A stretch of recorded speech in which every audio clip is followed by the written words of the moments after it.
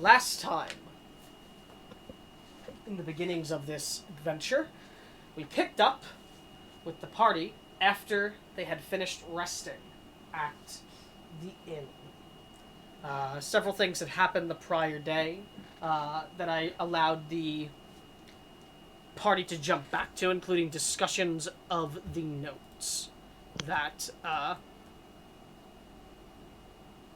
music's real fucking quiet for some reason. It's just that song. Cool. Okay. I'm gonna remove that song from the playlist one day, because this happens every session. But anyway, I had jumped back to some prior things in the day before that, regarding the notes that were received by the alchemist, that were rather threatening. The 3 letters that, continually got more aggressive, asking for the unicorn horn, as the party scanned over them but couldn't find anything of particular value or note in them. It was not signed by anyone but someone anonymous. So, with no leads on that, the party went to bed and woke the next day. As prepping for the next day, you all had your breakfasts and got up and everything. And then, as well, you went to meet the judge, or the judge came to meet you at the tavern. As she entered, and she escorted you all outside, where awaited you a horse-drawn carriage, with feed inside that would last, I believe, 3 days, I think it was? Might have been 4. But I'm not positive. I could pull up the note earlier and look at that. Nonetheless, she presented you all with the horse, and she also gave you all your payments. There was some discussion had before you all ultimately decided to head out, as you took to the road, traveling, heading to the next town in your path, where you were told that you should stay for at least a night and also refill on feed and such. The town of Oakmil. Upon hearing the name, there was some history checks that were given out, and I believe Carolina recognized the name, as the town once had a great tragedy where an entire orphanage filled with children had perished, with only one surviving. No laugh from Anthony this time, so I'm impressed at talking about all the dead orphans. But that was not shared until later in the journey, as you were all traveling on the road, as Carolina imparted this information on you all, that it is a bit of a derelict town, a ghost town, some would say, for several different reasons. One of those reasons being that some say it legitimately is haunted.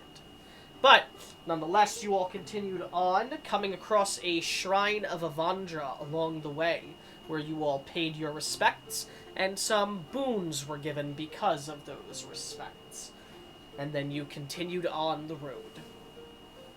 Come nighttime, you began to set up your camp, but in the distance you saw a concerning sight. What looked to be torches in the distance. Interested and a bit worried that it could be something that could harm you all, a scouting party went ahead and investigated the torches. Sorry, my brain wasn't working.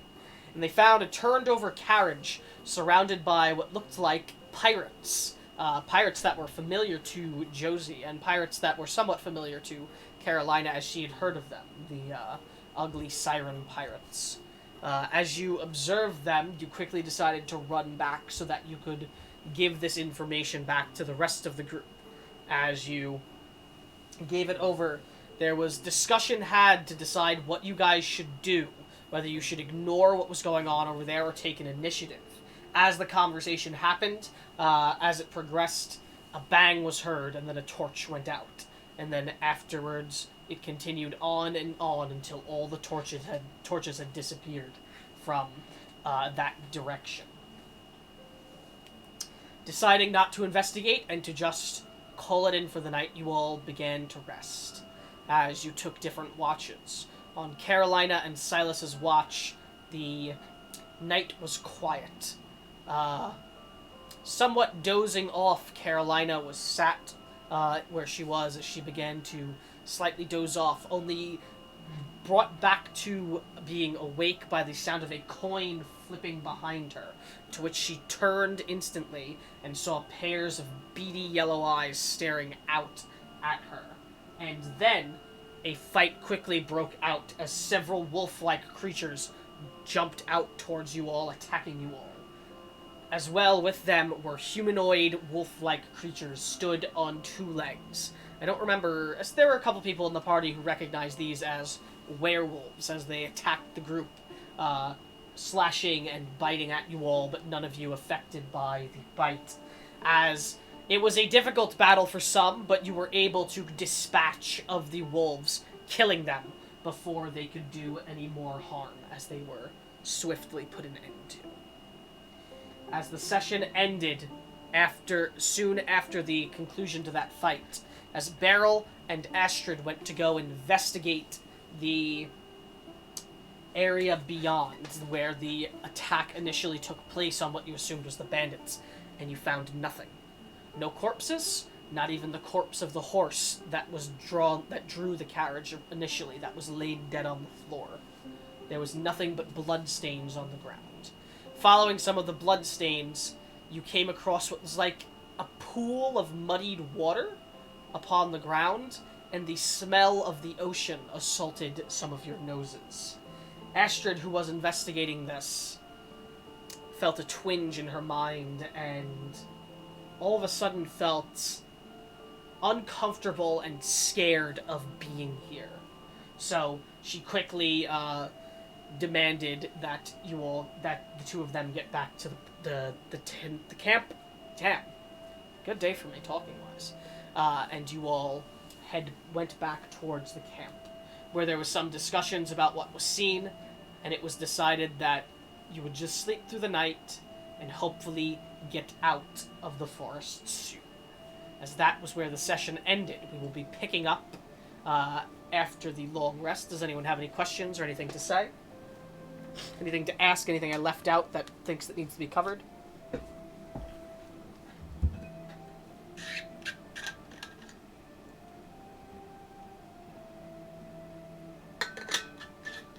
And as far as I said there was going to be a nightmare, I was incorrect.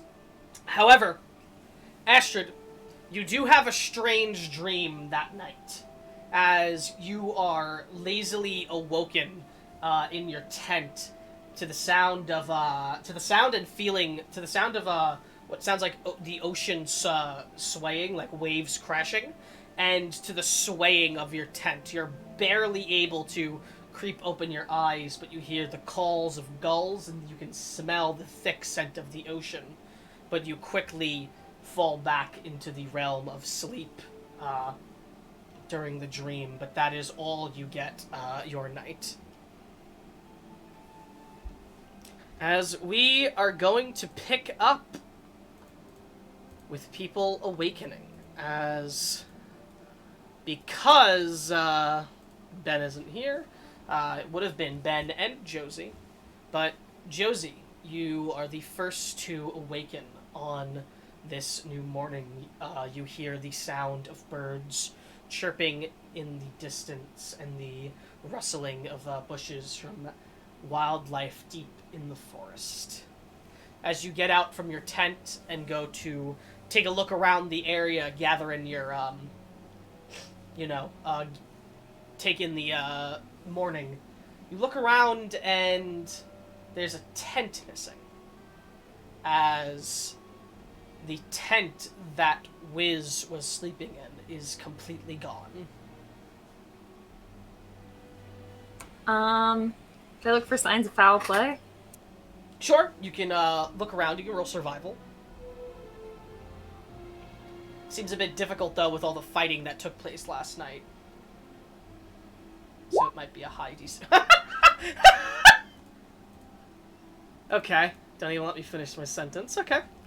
That's good. Alright, as you examine around, you're having a difficult time searching, but using, your heightened senses and your, knowledge of this, you're able to search around, and you don't see any signs of foul play, but you do see signs of packing, as if someone packed up the tent.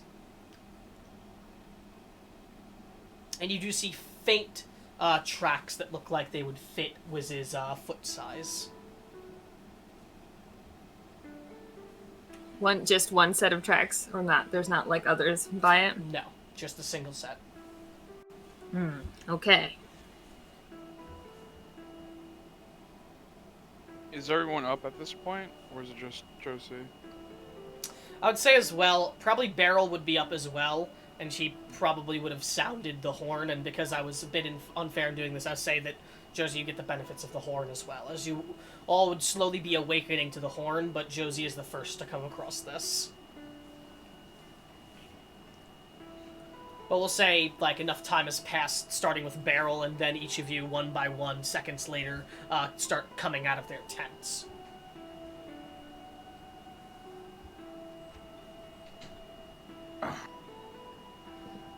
Good morning, everyone. Morning. Morning.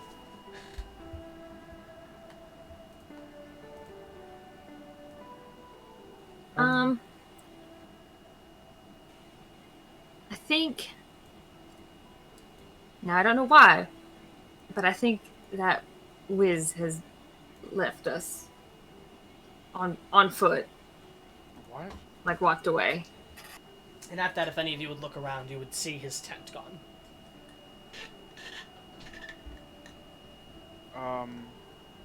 You did that in the middle of the night? That doesn't seem safe.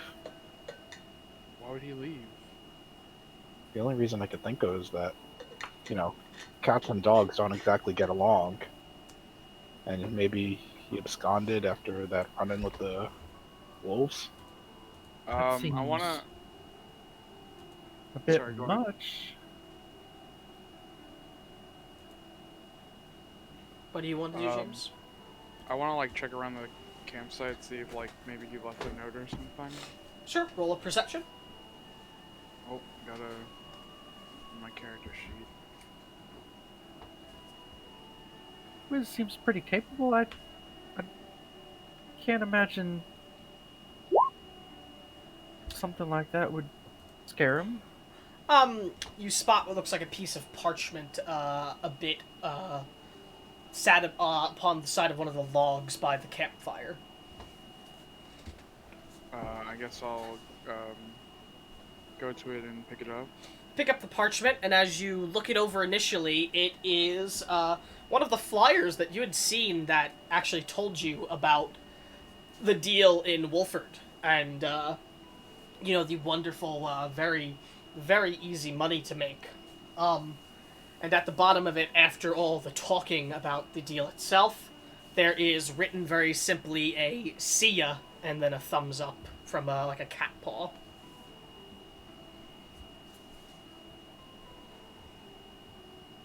So weird. But, I mean, it doesn't look like he was taken away or something. No, it looks like he just got up and left.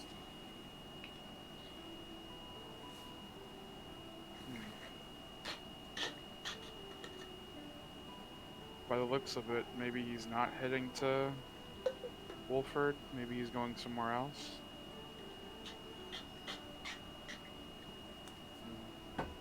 Hope he's alright. Me too. Well, he's a big cat. Well, not exactly, but, you know, an adult cat, I think. Either way, it was his choice. Suppose.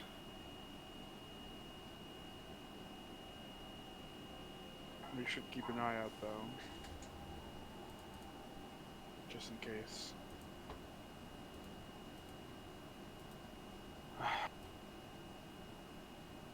Well, if everyone else is here and ready to go, we should continue on.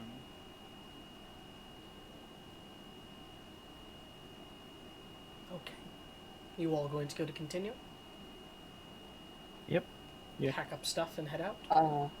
Yeah, Astrid's gonna make sure to gather the pieces of Isaac's ripped tent so that she can see if they can fix it. Okay. And I think someone has the mending cantrip and was going to try that. To try Yes, to fix I things. do. Oh, you were gonna do that? Are you gonna try and do that now? Wait, do I not have mending anymore? I don't have mending anymore. I don't Okay. know what happened. Let me Yep, see. well, Because I think someone else might have it. They're planning to do something with it. Yes. Silas had it, and I think he was planning on using it. So I'm gonna say he goes and he does mending on, the damaged camping goods, and they fix, and I'll run it by Ben when he shows up, and be like, was Silas going to do that? It'll be a bit awkward if he says no, he wasn't, but I thought he was. I recall him saying something of the sort, at the very least. So. Never got a message from him, and I never texted him, so... Sorry, go ahead if you're talking. Do y'all mind if we stop and check out where all the land pirates were, murdered? I just want to see if they... left anything behind that I can, acquire. I assume that's in the same direction we were heading to, right? Yes. Okay. So yeah, that sounds good. There might be something in that overturned carriage too that they might have left there. Exactly. Maybe more food for whiskey? Maybe.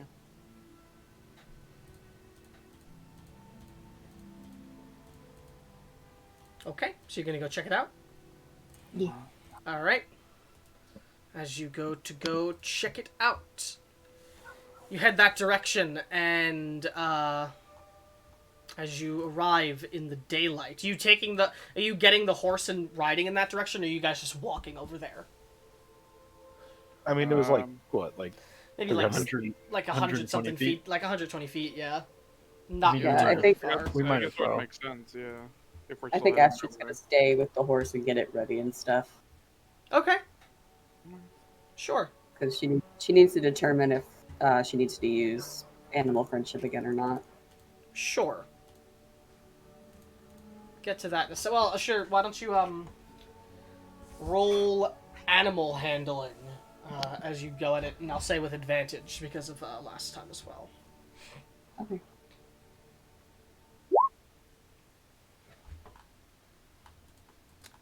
Okay. Yeah, you get the feeling that he's not as interested in you today as he is, but he's good with you. Like he acknowledges you, and it seems fine with you. Okay.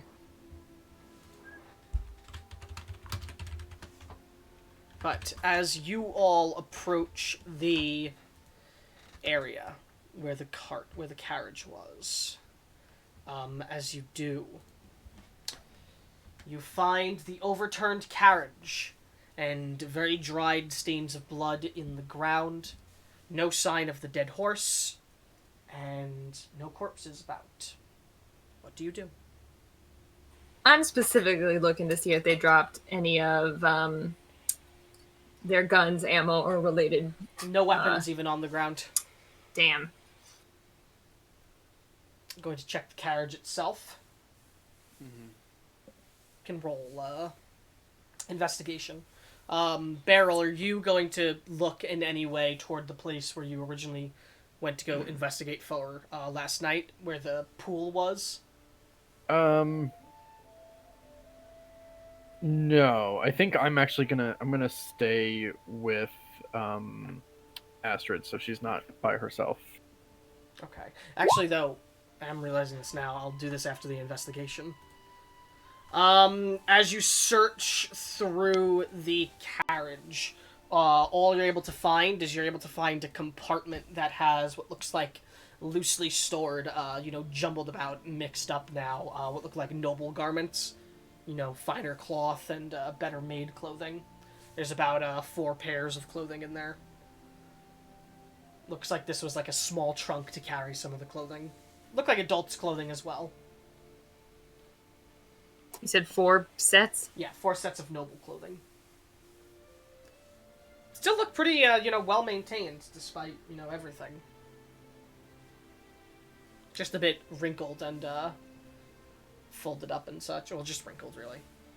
And Josie, as you back your way out of the carriage, after doing that, you spot something out of the corner of your eye to the left, going toward the woods where a blood trail would lead, as you spot what looks like a little indentation in the ground that looks like dried up mud, and atop the indentation there is a wooden post that goes up, and hanging from the post is what looks like a series of yellow, palish yellow twigs that have all been arranged together like a sculpture or an effigy to form a skull with a long hanging down beard, almost like tendrils going down. Did how this? Did Isaac come with us? Yeah, Isaac is with you. Um, And the eyes Isaac- are hollowed out and sunken. Sorry. Isaac, do you know what that is? Turn to look at it. I believe that I've seen this before, correct? No. No, it's not. It's not similar to the mysterious skull sculpture. Only 2 people saw that. Yeah. Oh, did I not see that? That was... I think It was me and Beryl. Carolina. Okay, Yes. then I am Yes, it misremembering. was. I'm sorry. I was going to ask if it is similar to that. It does look similar, actually. It looks like it's a bit more shoddily made, as if it was hastily made, perhaps. And there are no, like, beads hanging from it, but it looks pretty similar, yes. Josie, I can't say I know what that is. I don't like it. Neither do I. It does look similar to something me and Beryl saw a few days ago in the woods. But this one looks a lot more like quickly put together. The other one also had beads. Hmm.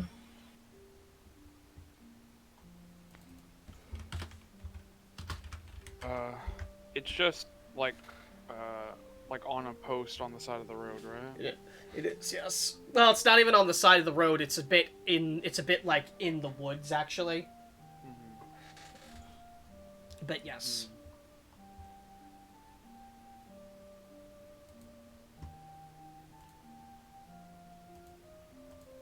I guess we should keep a lookout for those things too. When and where did you see this, Carolina? Correct me if I'm wrong, but it was In the Krieger Woodlands. yeah. It was when we were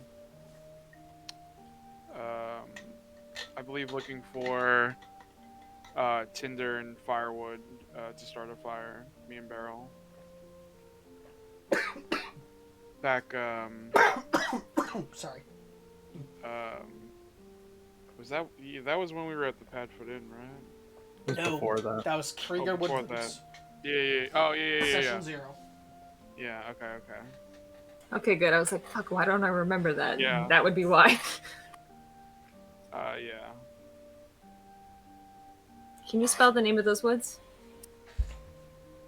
Sure. Give me 1 second. I don't have it off the top of my head, but they're in the... that is... Yeah, there you go. There, Andrew posted it, actually. That's kind of funny. It's in chat. That's exactly the Yes. spelling for it. Thank you, Andrew.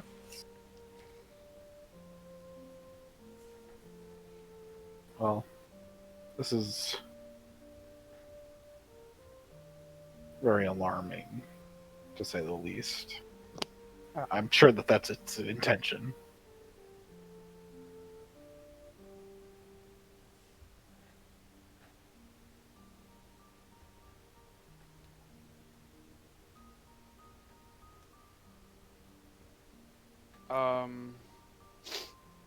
Was there Yeah, no. werewolves around the last time you saw it? No. There were It was on like the top of a tree, right? It was like, hanging in the inside tree? of a dead tree. Yeah. If I had to guess, I would say maybe it's something that has to do with like the woods in the forest or something. That's just you know, an idea though. What? Oh, The go ahead. last one, the last time when the first one we saw was in a dead tree. But there were no signs of like, from what I remember, there were no signs of like wolves or werewolves around. Can Just I? sorry, go ahead. Do you need to have detect magic in order to detect magic, or can that be like an Arcana check or something? You can Arcana check to see if you feel magic, but you don't necessarily get anything more than that unless you roll like obscenely high. Okay, yeah, I wanna see if this thing is magical. You can reach out. Are you going to like approach it, or are you doing it from a distance? I'm gonna approach it because I'm an idiot. But Are you let's go touching for it, or are you just approaching it? approaching it for now. Okay. As you approach it, you can definitely sense that there is faint magic coming from it, but it feels faint. I want to touch it and cast Identify. As you go to touch it, as you make contact with it, you feel your fingers burn, and you immediately retract your hand as it stings you in pain. Why would you touch something like that? Well, I wanted to know what it was. Yeah. And you know what? You're one to talk about touching things you shouldn't be touching. What do you mean by that? You don't remember the door with the ogre? That was just a door. All right. It's not like it was. Sure, A but it was a door with a skull. bar on it, and it said, "Don't touch me." I did not say don't touch me. Maybe not in writing. All right. Well, you know, as much as I love arguing with you on this, I still think it's a bad idea to touch. You know, what kind of skull is it? Is it like a human skull or? It looks like a humanoid? humanoidish, yeah. You can't tell what type of humanoid it would be. It doesn't have any like indicators of it, but Yeah. I would be the first to say we shouldn't be touching something that looks like that. Well, I'm not gonna touch it again. It burned me. All right. Should I try to touch it? Why would I drink it if I don't like the taste? I don't think anyone should try to touch it. But we should keep an eye out for. It is slightly magical, I will tell you that. and as you after looking at, assuming you're giving any closer looking, roll perception, Isaac. Sure. Perception. Did it roll? No? Oh, there it goes. You see, almost like burned into the side of its cheek, what looks like a symbol. That looks like a pointed, straightforward, six-armed branch. Six-armed branch.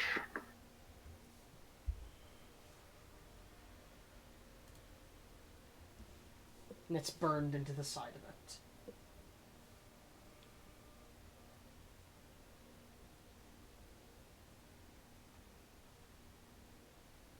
Just a small burn on the cheek, though.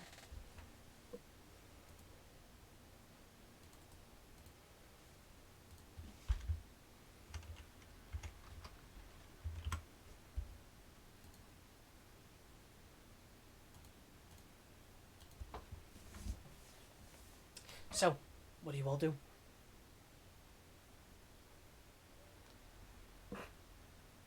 Should we go back to Astrid and Beryl and continue on? Yeah, there's not much else of use here. Okay. So you all gonna head back, Isaac included? Yes. Okay. As you head on back, as you reunite with the group, as you go all link up together, what do? As Beryl, Astrid, you see them come back, and you all see Astrid and Beryl at the side of the carriage. Astrid right at the side of the horse, you know, prepping it to get a move on. Beryl was. Well, I know she was with me, but did she actually see? Yeah, I was the one who found it. She's the one who Okay, found it, alright. yes. Yeah. We found another one. Beryl, we found another one of those. A similar of the skull sculpture that we saw in Krieger Woods. Oh, right. So something's definitely going on.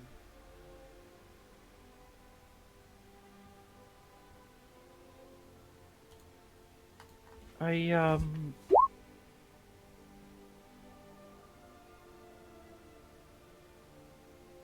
trying to I'm reading over my notes on the stuff that I saw and wrote down there. Yes, I think you crossed out the notes that you didn't actually have because you didn't have a spell, though.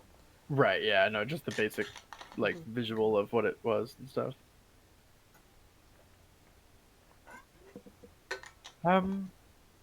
Well, maybe it's the keeper of the woods. That Raven Queen lady said that he might be watching us. I mean, it's possible. But I don't know, this feels more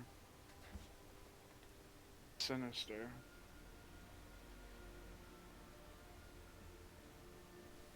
But you Right. could be right. Well, I mean, can't be any more sinister than just saying, don't come into these woods. And I think from what we experienced last night, that's probably a fair assessment. I don't know. It felt like sort of a calling card.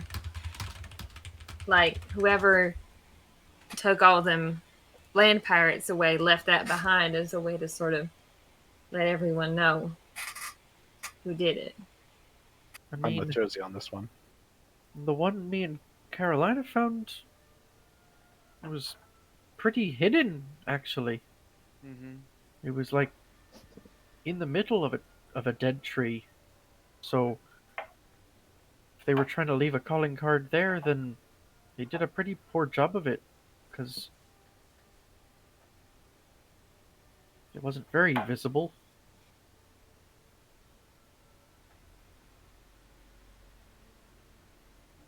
I don't know. Well, there's no sense worrying about it now. I mean, we can't really do anything about it, so Mm-hmm. might as well just get a move on. Did you find any feed for whiskey? Not unless they want to eat clothes. I don't know, but could ask. Whiskey, do you want to eat clothes? I hear they're pretty high in fiber. The horse does not respond in any way. Should be ashamed of yourself. I'm not. Whiskey will remember that. Well, we've got a long way to go and a short amount of time to get there, so we better get a move on. Mm-hmm. Okay, you did have 4 days of horse feed. Right, that's why we need to stop in the town. Well, you have to stop and down in 3 days, so you'll have 1 day of horse feed left. After Because we the get town to is town. in 3 days, so. 3 days and then 3 to 4 days to get to Wolford from there. Yeah. If we're just getting up and driving, I'll sit up since Wiz left, I'll sit up front and try to help Astrid navigate if she's driving the horse again. Sure, I just changed the date for you all on the thing. Mm-hmm.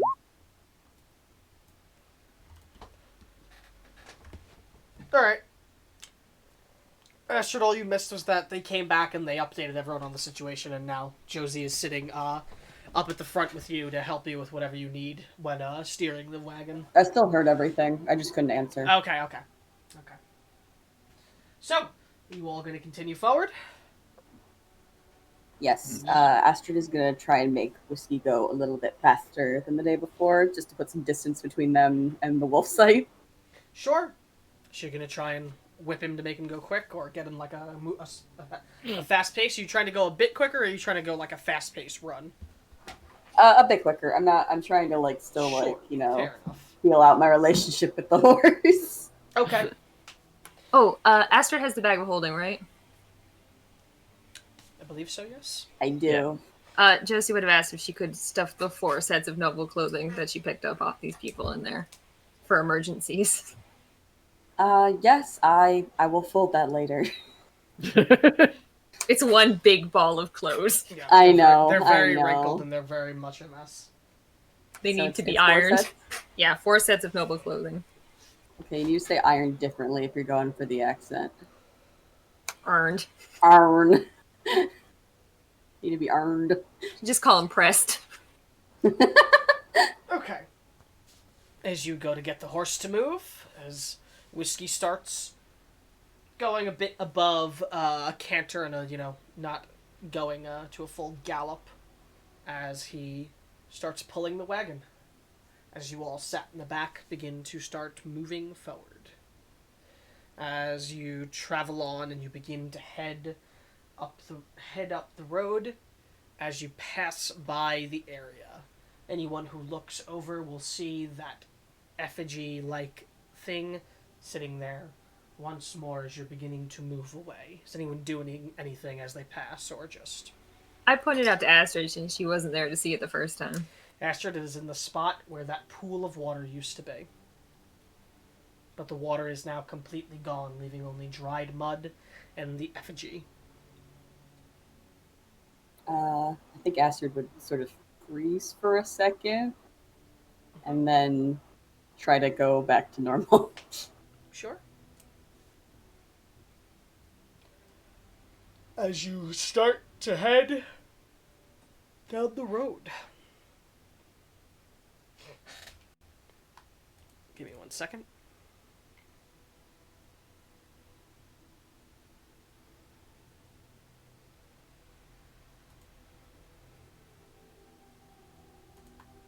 I'm going to call a break now, a bit early. I'm sorry for that. But I need to use the restroom, and there are some other things I need to set up as well. All good. So how about 5 minutes right now? Sure. All right. As we will be back in 5, as let's take a 5-minute break. Pause that.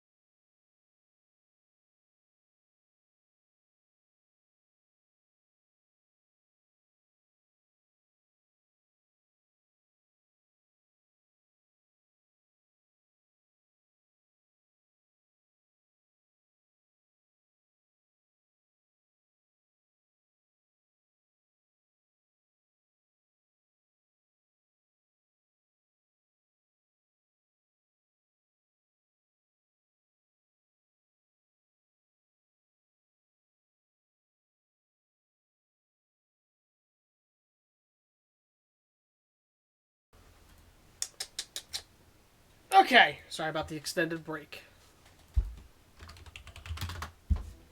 Looks like everything's set up properly. Yup, not a single mistake. Ben, to catch you up, nothing much has happened. They awoke. Wiz was gone. They did some investigating and found his tent was packed up as if he packed it up. They also found a note. Well, they found a piece of parchment that had basically the information regarding Wolford on it, and at the bottom of it, it was written, see ya, and then there was a drawing of a cat's paw giving a thumbs up. Then they went and they investigated where the bandits died, where the pirates, and they found basically nothing, no bodies, no weapons, no anything except for dried blood. Josie searched the cart, and she found 4 pairs of noble clothes that Astrid now has in the bag of holding. And then there was an effigy, like, that looks similar to the strange, mysterious skull in the handout section, so if you want a quick reference there, except it doesn't have the beads, because I don't want to describe it too much. It was sat in the spot where the pool of water once was. The pool of water was now dried mud, and that was sat up in the middle of the indent on a wooden post. And that is all that has happened so far. They have now resumed their travel on the road and are moving down. I assumed Silas would have had no issue using mending to mend up some of the tents, because I said he would have. Yeah, no, he wouldn't have any issue. Did you say the skull was in the handouts? Yes. Well, you might not be able to see it anymore. I'll let everyone see it, because you guys have seen something similar now. So it's just easier for me. There you go. You should be able to see it now.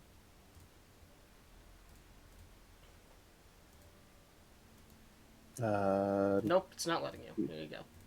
All players, go ahead. It's an image Still handout. change in handouts. Image handouts. Oh, okay. Oh boy. Yes. All right. They'd seen that before. There was discussion about it, about how they saw it. And that was in where the water was. Yes, they saw that in Krieger Okay. Woodlands when they were traveling originally to this land, where it was inside of a dead tree, hidden away. Aside from that, you have any questions or anything you would have done at the campsite or while you're on the road? No one showed any signs of lycanthropy, so if that's the case, then no. Nope, nobody did. That'd be good. Okay. As we resume and we continue on, as the cart travels down the road slowly, why don't I get a D100 from Josie?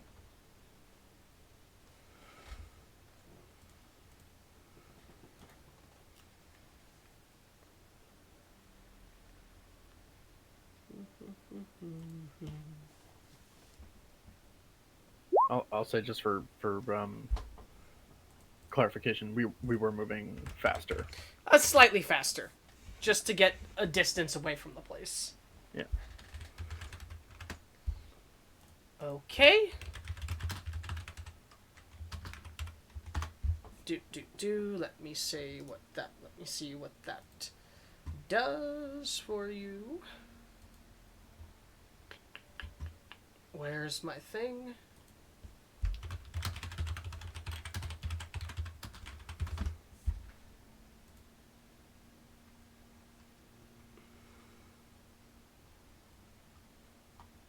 Okay. 45. Okay. Then roll me a D8 plus a D12.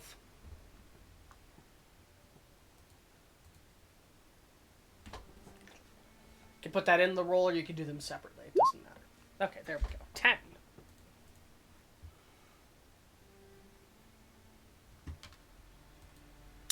Okay. As the cart slowly moves bit faster moves up the side of this mountain. Nothing of note happens as you're traveling, but around you and in the forest around you do hear what sounds like the slight fluttering of wings from the forest. And if you give any glance deeper into the forest, you can see what looks like wisps of light dancing around deeper in the forest, around the trees in different areas as they move about. Beryl, they look to you akin to like what fairies look like, or like fey spirits moving about, as you see them deeper in the woods, and all of you would see them as well. And Astrid, you definitely know what these are from that as well. These are, forest sprites. They generally tend to be in forests. You're from an area where they're super common. They just generally tend to themselves unless someone is disturbing the woods, and then they are known to cause some mischief as long as you don't get deeper into the they're known to cause mischief if you disturb the woods or if you do anything to catch their attention. As they are just darting about through the trees and such.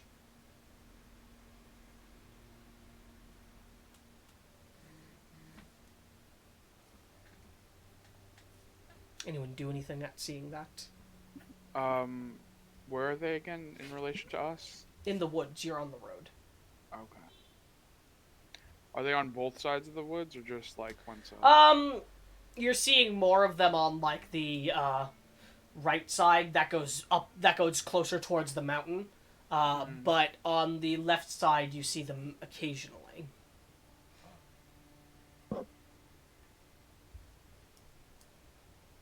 I'd be reading, so I don't imagine I'd even be noticing them. Okay. You said that like as long you don't know that.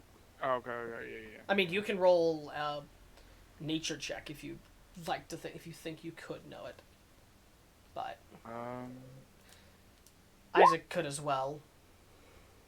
But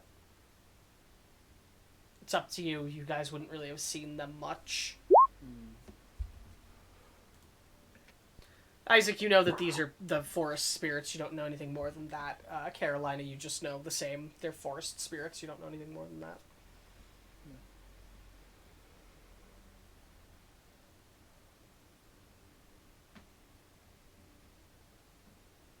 Okay. So if nobody... I'm going to give it a second. Okay. As you continue up, as following the road... you continue on for a bit as the day begins to whittle away, as time moves and the sun hanging low in the sky begins to set. How long are you guys intending to travel tonight before you call it in?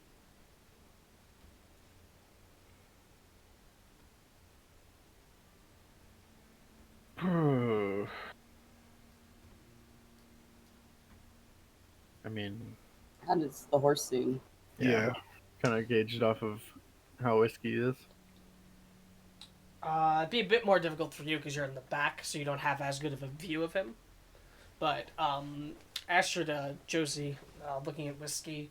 I mean, he's been. I imagine when I ask this, I imagine you take small breaks at least, so that he's not literally killing himself. Oh yeah, absolutely. But you imagine that it'd be pushing him to go, say, later in the night. Like, he's fine for now, but, once at nightfall, it becomes a bit more iffy. Then we should stop. Right now?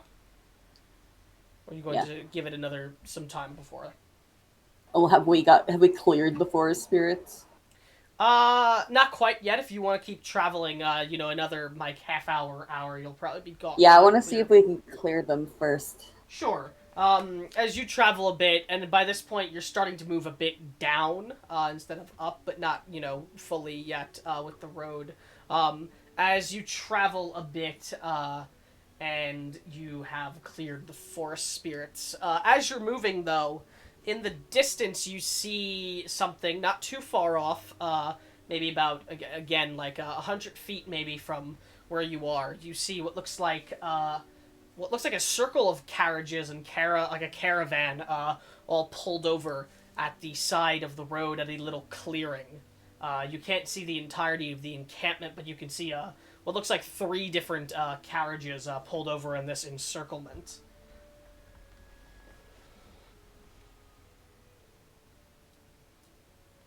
Do we feel like being social? Depends on if they're depends on if they're feeling social. Well, that's unhelpful. I want to know if you are feeling social first. I always like meeting new people. I meant there, as in the people that are. He meant if already they're set up. friendly.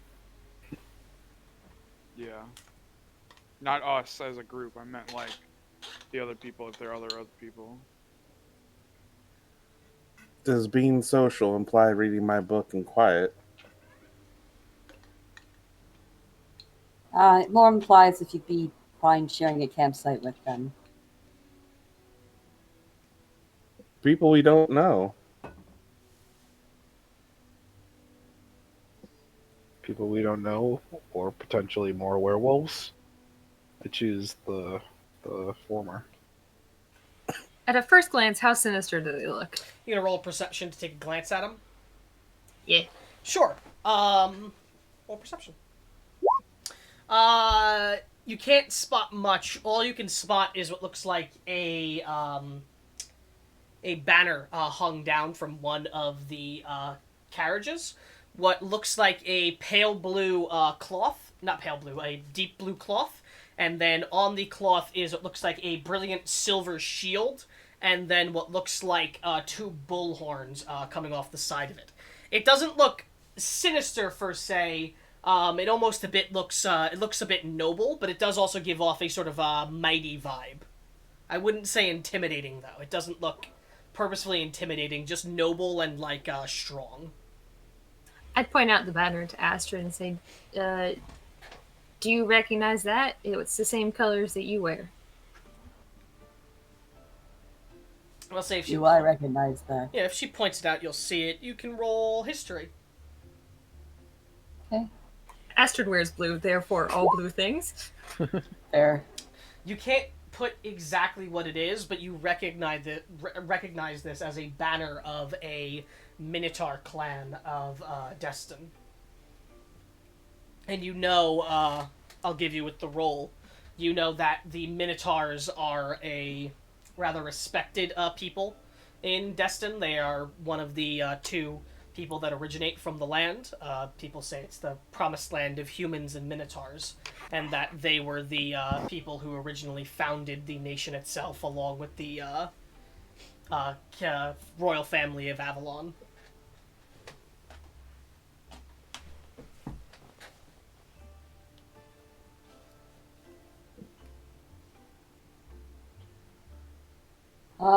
It's a Minotaur noble family, I believe. And Silas, you can roll history at advantage because of your Love of Dang. Minotaurs. Yeah, Silas loves all things Minotaurs. That's exactly what it is.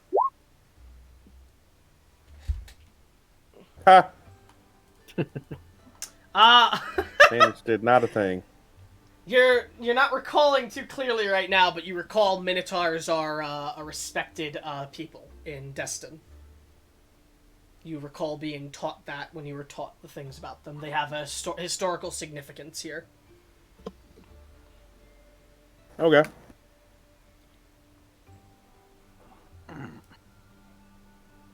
Well, based on their imagery alone, I feel pretty safe. Shields are for protecting, not for hitting. Well, if they're not in Is that you or Isaac? That is Isaac. You had to think about it, though, huh? I had to think about it. He doesn't know where one ends and the other begins anymore. True. Well, if they're not an immediate threat to us, then I say, why not? As long as they don't perceive us to be an immediate threat to them. That too. All right.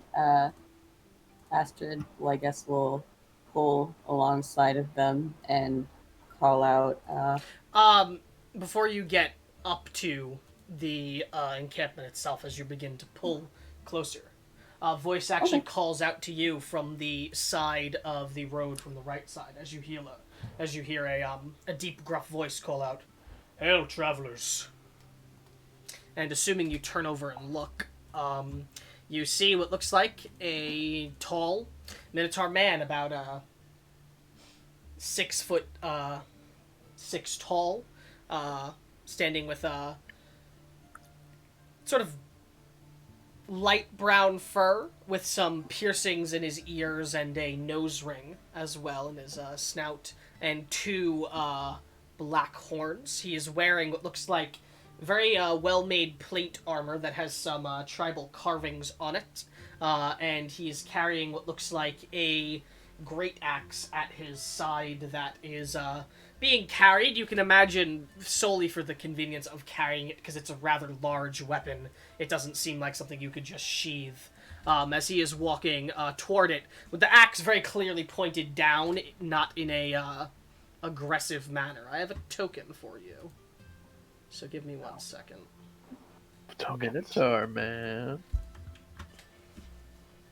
Oh, yeah. Hell yeah. As he approaches at the side with his non-axe wielding hand held up, not in a peaceful manner, like a non-aggression signal. Would you slow the cart or stop it? Yes. Okay. Astrid will pull the cart to a stop and ask,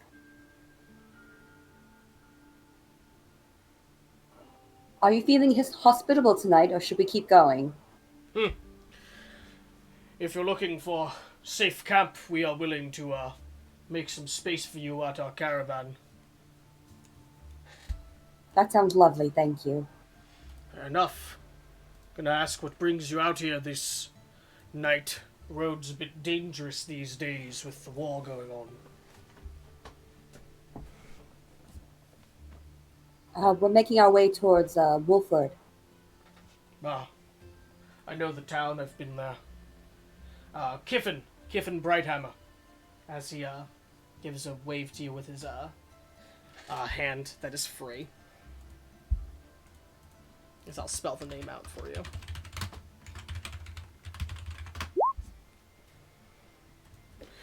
Need not introduce yourselves yet. Let us get you. You can pull into the caravan. I'll be behind you. Just tell them that I told you you could pull in. They'll be kind anyway. But tell them I said it's allowed. Yeah, she'll do so. Okay. And as you all pass him, all of you in the back, if you look out, see him walking behind you.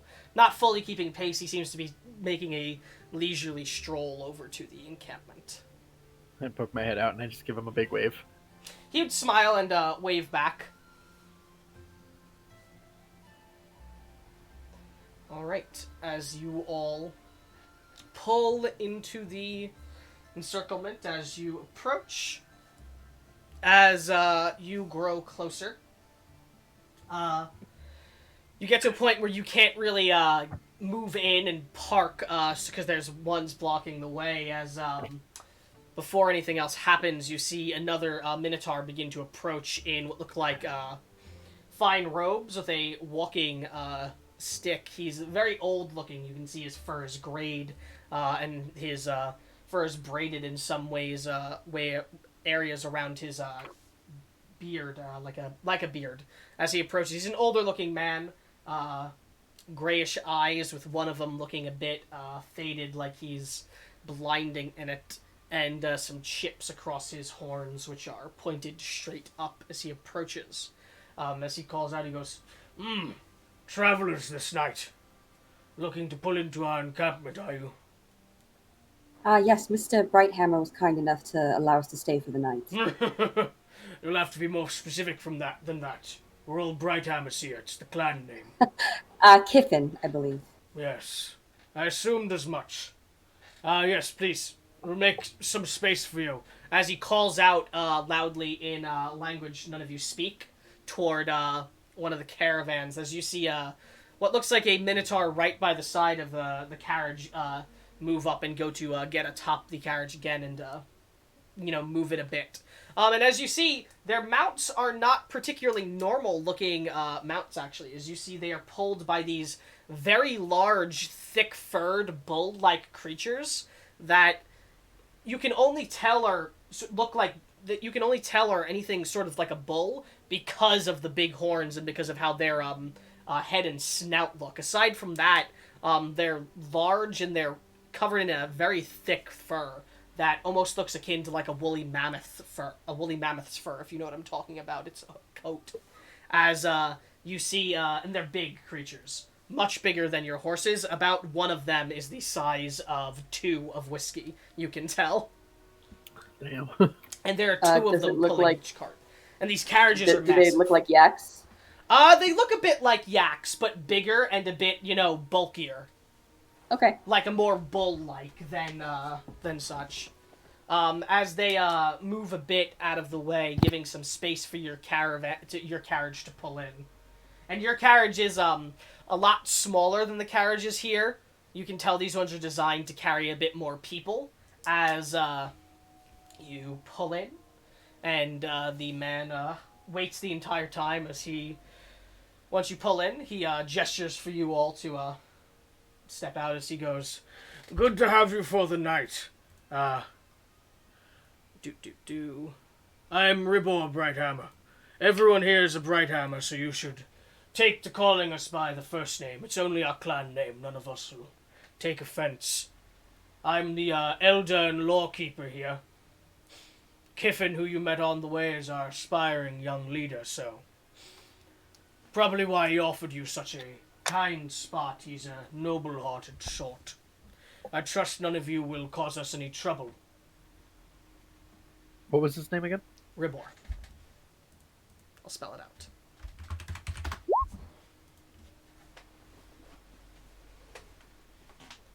And he was the elder and lore keeper? That's what he said, yes. Okay. Never met a Minotaur clan before. Not from around these parts, then, I take it. Nope. Well, we generally tend to keep to ourselves, me and us Brighthammers on a yearly pilgrimage, though, to our temples. And then back to the capital afterwards to pay homage at the Hill of Blades. And Astrid, Silas, Isaac, and Carolina can roll history. Silas at advantage at the Hill of Blades mentioned. Oof. Josie, we're so out of the loop. I always am. I'm sorry. Damn. So sorry. So is everybody else, apparently. You know what? He has advantage, though. It's 11. I'm just let me go take this dice outside and shoot it. I'll be right back. That's enough, though, for Astrid, Isaac, and Silas. You don't get a huge amount of information, but the 3 of you know the Hill of Blades is one of the only monuments / memorials that is officially made by the government in Destin. It is quite literally a hill that has what looks like rusted weaponry stabbed into the side of it as if thrown down from battle. You know that it symbolizes the end between the warring of the clans of Destin that came together and formed the kingdom when they all united. You don't remember much aside from that, though, just that's the historical value of it.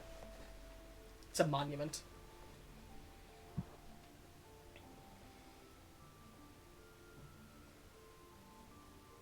I'll hop out of the carriage and offer my hand to shake Ribor's. Yeah, he would slowly give his hand out as he would go to shake it. And you can tell he's very old looking, but you can tell from his handshake he still has quite the grip, some strength in him still. Name's Beryl. Nice to meet you. Good to meet you, Beryl.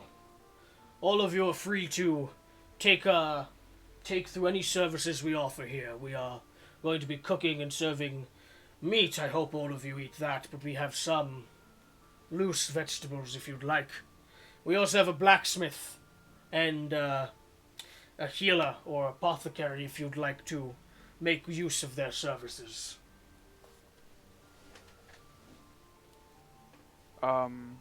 At this time, I would also hop out and offer my hand. Yeah, you'd shake it. You'll shake. Introduce myself. Mhm. Carolina, pleasure to make your acquaintance. Yeah, he will give his response back to everyone saying, "Pleasure to meet you all." How loud is it in the middle of the circle area? Yeah, I should have described that. As you got in, it's rather a bit not it's not super loud, but it's definitely like hearty. Like there's some what sounds like merrymaking and enjoyment going on. There is the sound of the beating of what sounds like a low drum, and there are some minotaurs dancing around a fire that was not made too long ago. But it's not incredibly loud. You can hear talking and drinking and dancing, but it's not like... It could be louder. It's not as loud as, say, being inside a tavern and hearing it, because it, isn't so contained inside. Mm-hmm. Okay. And you can hear everything they're saying from inside the cart as well.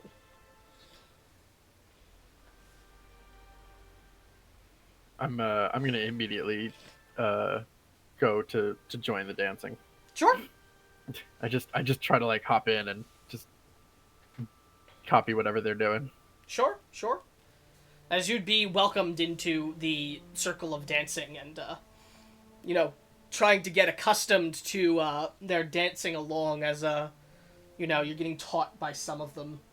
And among the minotaurs here, you see mostly, like, adult-looking ones. It's a bit hard to tell with minotaurs, but they're mostly adults, but you do see some what look like very young children looking about, running around that are very clearly children. They're a bit short and look like kids. They don't have their horns fully grown in yet, as they are running about as well in the area. You can tell this is quite a large caravan. Since you're all in the center of the circle now, you can see it consists of about 8 carriages that are all in this encirclement, and then there is a 9th carriage that is a bit away from the camp that is a lot larger and is pulled by what looks like 2 very large woolly mammoths, actually. And you can see that. Is it being assumed that we all... Sorry. Go ahead. Is it being assumed that we all introduce ourselves to... If you'd like to. Gifflin? If you'd like to. Or to Kiffin, that was the leader behind. Are you talking about him, or are you talking about Ribor? Right? Or not to Kiffin, sorry. Ribor. If you would have introduced yourself, you could have. So is there anyone that wouldn't have introduced themselves? Okay, so all of you introduce yourselves. And you see everything that's going on in the caravan right now. Silas is just gonna walk up to Josie and just very quietly go, wherever either of us park for the evening, make sure both of us know. Of course.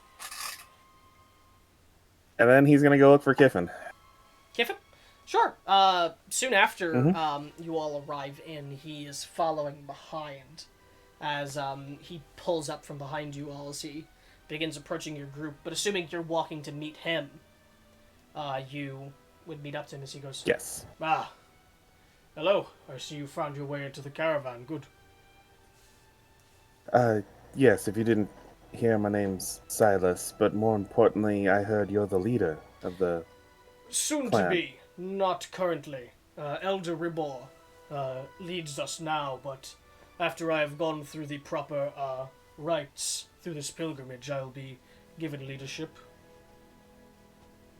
So who should I tell what you all should be keeping an eye out for? that we came across on our way here. Well, you can tell me if you believe there's any dangers. Why? Have you come across some issues? Werewolves. Yes. Makes sense. We had also come across such problems. Did you find any weird totemic iconography out of with a skull involved? Nothing of the sort, no. Oh, I didn't do this, and I should have said it in the recap. But there was also a symbol on the corpses of the humanoids when they reverted back to the back to their humanoid forms when they were werewolves. The symbol on their chest that was like a pentagram with a beast's face in the middle of it. Sorry about that. That's just a quick reminder. I just remembered that because you're talking about symbols. Go on. Did you kill any of these werewolves? We killed many of them, cut them down as we had to. Yes. No one got sick? No, we're naturally a bit more resistant to lycanthropy. Perks of our blood. Did any of them have symbols on their chests He lets out a huff. after you killed them? Very clearly an angry one. As he goes, yes, the monstrosities bore the crest of Baphomet. As he spits on the ground, in the different direction of you. Clearly not intended, to insult you, but just as if, angry. Does that ring a bell at all for Silas? No, it does not. Okay. Could you explain briefly to someone sadly ignorant on the topic of who Baphomet is? Baphomet is a demon prince, lord of beasts, and also is unfortunately tied to us minotaurs. He was... well, that's not relevant. He's a horrid demon prince that has command over beasts and hybrid monstrosities like werewolves and such.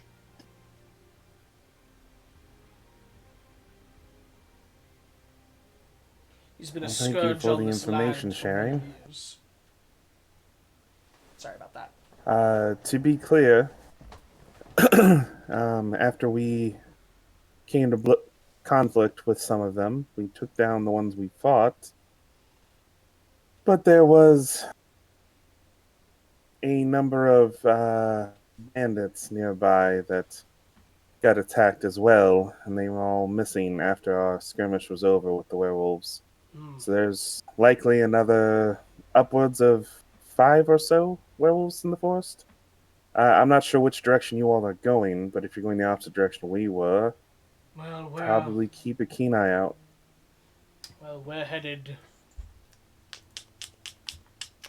Let me see which direction it is.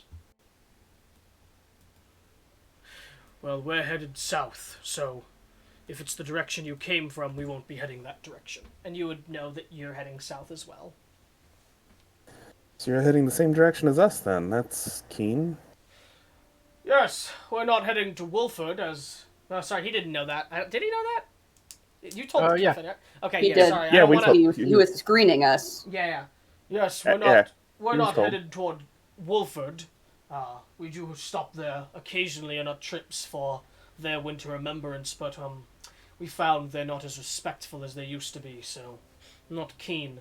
We're headed west after we arrive at Oakmil. We're doing that very quickly. What do you mean they're not as respectful as they used to be? The people of Wolford have forgotten the... Unfortunately, this is a common occurrence amongst your kind in the towns and the cities. You have forgotten the core, the roots of winter remembrance. The Raven Queen has been all but kicked out of the celebration itself. It is used for merrymaking and fun instead of paying homage to those that have passed and your ancestors. Now, don't get me wrong, I'm not saying that people shouldn't celebrate and enjoy the occasion. I just believe that there should be some respect for those that have passed and for the original intent of our festival. Respect for history should be kept. I am sadly not from these lands, but I have already studied on Winter Remembrance, so I am aware of what they're supposed to be celebrating that they seem to be doing less of, as you say. You will find that in many places aside from Camelon, they do not pay heed to tradition anymore. So, if I was understanding what he was saying on their traveling, they're going to be diverting before Wolford? Yeah, he said they were heading west after Oakmil. Okay. Though, Would you all have any issue traveling together, at least up till Oakmil? no issues with that. In fact, if we were heading to Wolford, we would have no issues accompanying you that whole way as well. But, yes, no, there's no problem if you wish to catch a ride along with our caravan. We will not be staying in Oakmil long. The town is a bit dreary. I think that's the word I'm looking for. Fitting for what I've heard of it. Yeah. So I'll just nod his head and give a respectful nod to Kiffin, and I'm going to go. I think I'm going to visit your apothecary for some some possible knowledge gains. If you're looking for apothecary and shaman, Nozan, his carriage is right that way, as he'd point you the direction to the name. As you'd see a large carriage. This one has, it looks like, some posts off the side of it that have lanterns hanging down from it, and it looks like two open window-like doors at the side of it that indicate a sort of merchant-like carriage. So you point you in the direction of it. So I also go to head over there. Sure. While people are doing other things. Isaac, if you go to try to engage Ribor and Lore, what are you going to say to him? Something along the lines of I'm a student of without insulting him, but myth and creation myself. If there's anything you have to share on the subject, that is specific to your people. Are you interested in our history then? I am. Well, I'd be keen on informing you. Not now. As part of our traditions, we tell the tale of our founding and the breaking of our chains, our emancipation. If you would wish to listen in on that, I'll be telling it to the young ones tonight. I would be most fascinated. Of course. I will fetch you when the time comes, as long as you don't mind sitting in with mostly children, as he chuckles to himself. Some say I'm childlike myself.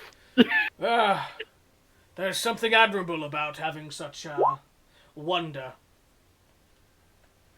I myself have grown too old to enjoy the days of listening to tales and such, though I suppose age has given me the desire to ramble on about these things as much as I would like, however. As he smiles and chuckles at that. I guess growing up is being able to tell those tales. But yes, I would agree with that, and you're free to sit in and listen.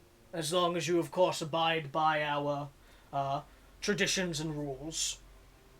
Absolutely. Please inform me if I do anything wrong or insulting, and I will be sure to correct it. There's not much. We're not too strict on our guidelines. Just no interrupting during the story. Absolutely. Aside from that, that won't be happening for at least a couple more hours. Feel free to acquaint yourself with the area, get some food if you'd like, and drink. I will do that.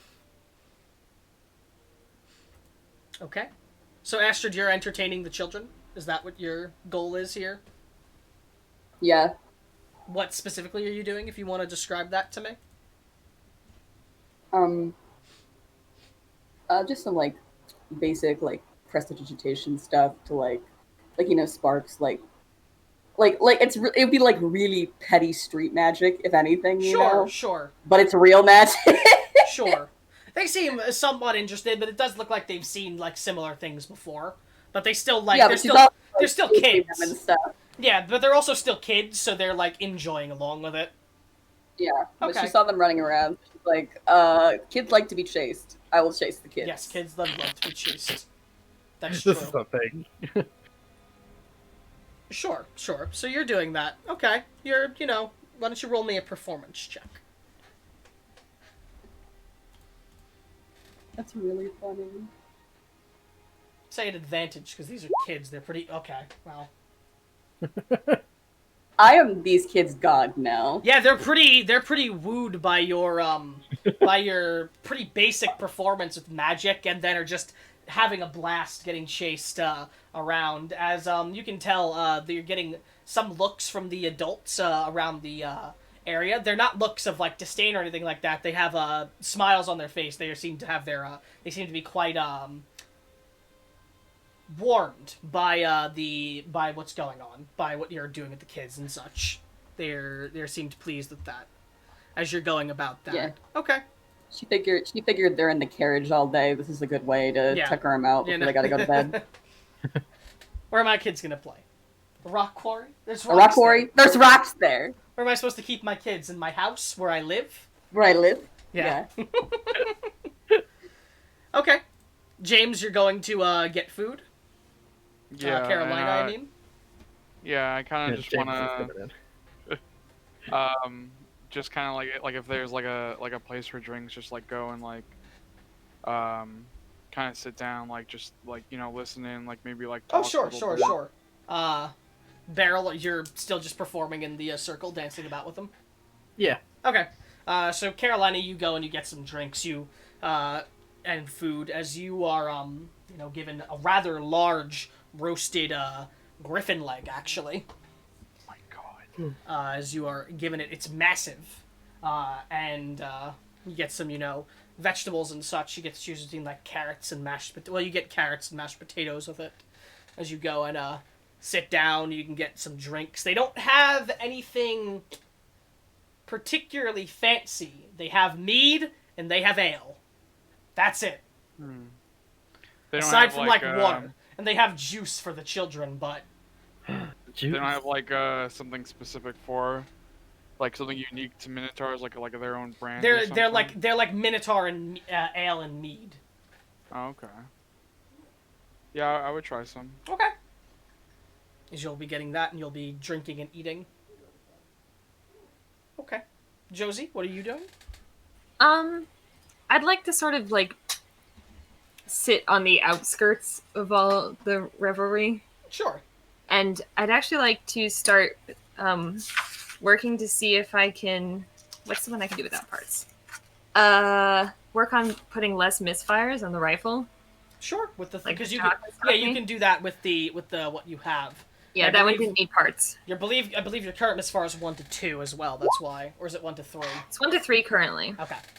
All right. So you're doing this a bit on the outskirts. As you move a bit to the outskirts, the carriages themselves do a bit block a bit of the sound from inside because they're very large. So once you cross that threshold, you begin to hear with your passive perception what sounds like the sound of metal getting smacked against by a hammer, like over and over again. As looking towards, you see back behind towards the large carriage with the woolly mammoths pulling it. What looks like a bright fire coming from it, emanating as you hear what sounds like the sound of metal being hit against the of metal hammering. But that's all you're hearing on the outskirts of it. So you're, right at the crisp of that. And you're going to go start working on that? Yeah. Okay. You can roll me, was it Gunmaker's tools, or what was it? I have those. Yes, that's what it is. Okay. So you're working on it. You're not going to fully finish it. I didn't think so. You get some progress out of the way. I mean, you could have if you rolled really well, but you get some progress out of the way. You think you'll make some strides later on. Okay, then. Silas, we'll go to, since he's the one doing some roleplay stuff. As you approach the large carriage, as you approach, inside you see what looks like a shorter minotaur with black fur, as they have their back turned to you, as you can hear what sounds like the fiddling of glass and such from inside. as you approach the front of it. I'd knock on the outside of it. As you knock on the outside of it, you just hear a slight groan as the person slowly turns around to look to you. As you see a black-furred minotaur with two shorter horns that look like they were shaven down. What look like green eyes and what look like a long braided beard at the tip of their chin on their fur. As he looks towards you, as he goes, "You're new. You're not generally seen amongst the caravan. At least you don't look like a minotaur to me." He chuckles a bit. No. My name's Silas. I'm myself and my traveling comrades, staying with your caravan circle for the evening. I am Nozan, Silas. Nozan of the Bright Hammer clan. You've chosen an interesting day to sit in with our caravan. Why is that? We are at the base of the hill that leads to the Temple of Erithus. So, tonight our warriors will be heading up there so that our leader Kiffin will, soon-to-be leader Kiffin can go through his rites there in this temple. And tonight as well there will be storytelling and merrymaking with the rest of the caravan for such things. They're going to be traveling into the forest tonight. Yes, up to the temple. Not all of the warriors, mind you. There are some that need to stay to protect the caravan. How far is the temple? It's maybe about an hour's walk. Nothing for our kind.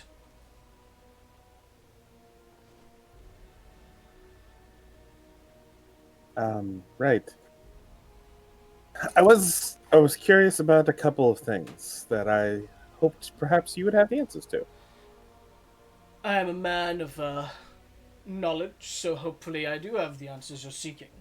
Though the rest of the caravan may be kind and willing to hand out such things for free, I am one who puts a price on even knowledge, so I'll hear what you have to say, and if I deem that information that may need to be charged for, I may seek recompense. Doesn't necessarily have to be coin, however. Well, I was curious about a few things. The easiest one to get out of the way is whether or not you have incense used for arcane magic craft. We have Spellcraft, I guess. We have some, yes. Of what value are you looking for, or just some incenses?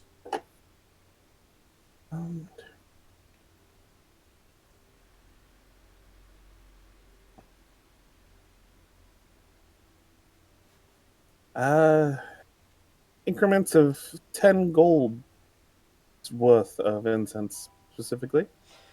Yes, I could give you such thing. I would charge you 15.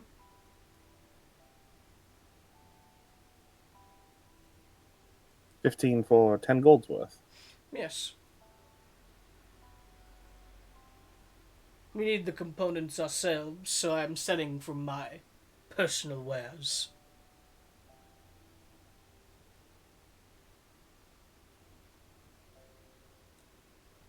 I assume it's like basic knowledge that, obviously if it's 10 gold's worth, the shopkeeper's probably going to sell more than that so they make a profit, right? Yeah. Depending on the place, but generally, yeah. Just makes sense. Otherwise, why are they selling it? Correct. How much monies do I have left? Good question. You did get a payment of paid. You got a payment of 125, so I'd be really surprised if you didn't have 15 golds. I got plenty of monies. I'd be willing to purchase 15 or even 30 gold for 20 gold's worth. I'd be willing to do that if you're looking for 20 gold's worth for 30. Yeah, So I'll also give him the 30 gold. Not even gonna heckle and over it. and he would hand you the unlit incense containers. Okay. What else can I help you with, Mr. Silas? Do you have any knowledge of poisons from the animals or plants here, and more importantly, antidotes for such things? Oh, a poisoner type, I see. I'd be careful with such talks where you go. I'll let you know that poisons are, for the most part, rather illegal in the land. I assume antidotes aren't, though. Antidotes would not be. You're correct. We do not have much poisonous wildlife, aside from the monstrosities such as the Schneetriebers and such, and the Lycessers, apparently, occasionally. But aside from fauna, no, we have no sorts of poisonous fauna or anything like that. There are things that will give you rashes and things that, if you eat, will make you sick. But I don't think you're looking to just make someone sick or uncomfortable. I'm not worried about carrying someone feeling just temporarily sick or itchy. Schneetriebe venom, I can tell you, is cured by, well, it's the thing that you already know that it's cured by, so he'd tell you that. I don't remember the name off the top of my head. That's fine. And let me check the Lycus's character sheet real quick. 1 second. Sorry. Okay.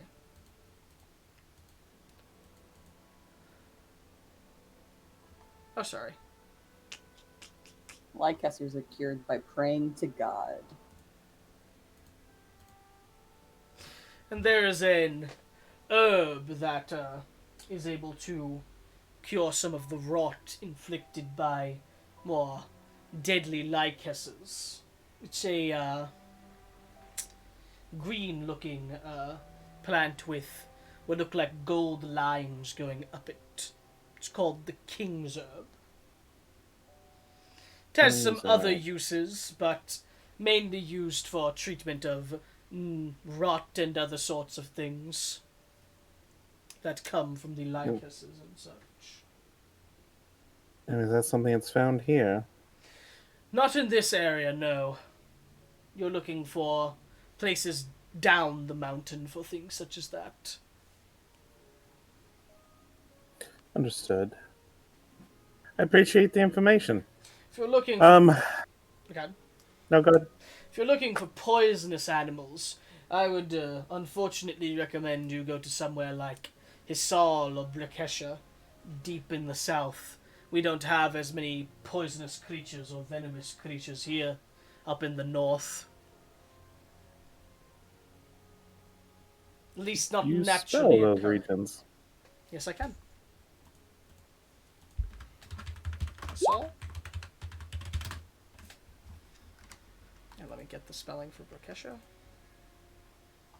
That's not the thing I'm looking for.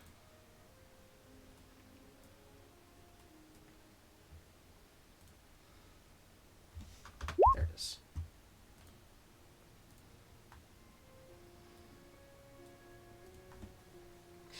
They have some rather deadly creatures down there, though. Aside from that, my knowledge is only on natural things and the Lycusses and Schneetriebers. I'm sure there are some unnatural creatures that maybe you could find someone who has more information about up here. Is there a natural remedy to lycanthropy? Not naturally, no. You'd have to seek out a cleric or a healer of some sort. Restoration magic generally does the trick, though. I do carry some potions that can acquire some of the same effects. Well, because of the dangers so far, I can pot one of them for free, as I know the Lycans have been prowling the area recently. They have. Will your warriors and Kiffin have these potions on them?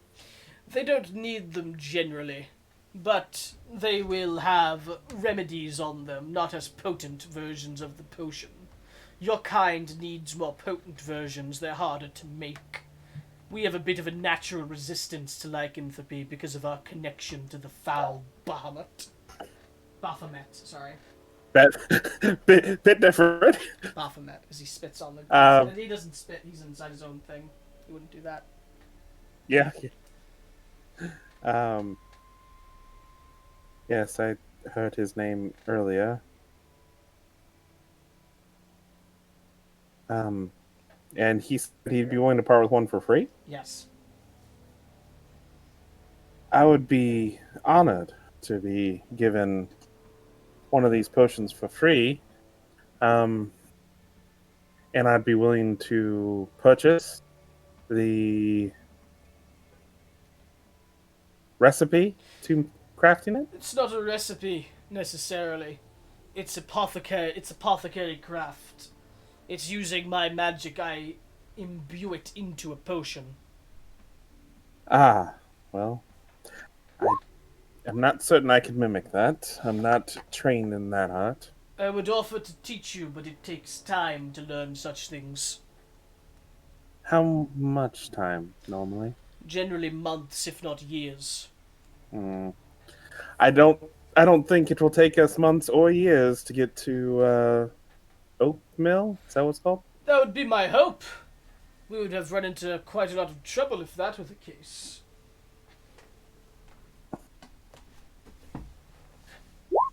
Oh. Unfortunately, I'll have to pass on this, what I would find quite interesting knowledge gain. Well, I'm sure if you're looking to learn it, you may find people who know the craft as well. It is not a secret craft or a craft only to my people. I learned mine from a tutor in Praxmore in my early years. Praxmore. Alright. It's just like a light bulb for Silas. So, I appreciate your time, good sir. Yes, here. He will take out the potion, as he will hand you a small vial with what looks like a milky, almost milky white, clear white liquid inside of it. As he goes, it will not be pleasant to down when you try to drink it. In fact, All right. those of more meager constitutions may find themselves, well, vomiting soon after drinking it. If it still cures them, I don't think that'll be a problem. One would say it'll be even more effective with the vomiting. Just get all of the bad stuff out of your system then. Quite. He's not put off by vomiting.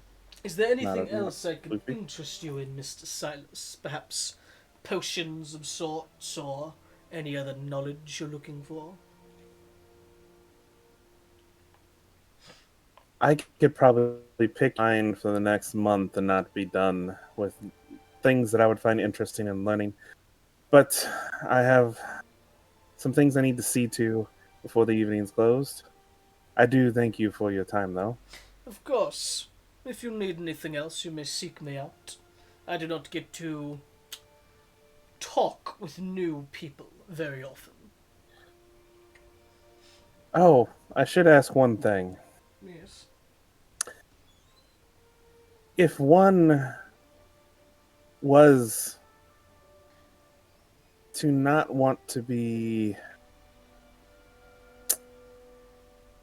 If I was trying to prevent someone from being sensed or smelled or whatever it is by a Raven Queen priesthood, how would one go about that? I cannot tell you such methods. I do not know anything myself. Didn't know that there was. The Raven Queen Just thought I would ask. clergy are strange and have many abilities that I find unnatural. I was almost Palpatine for a minute there. Unnatural. The Raven Queen is a path that leads to powers the Jedi consider unnatural. Well done, well done. Glad Alex sent us on that path. Yeah.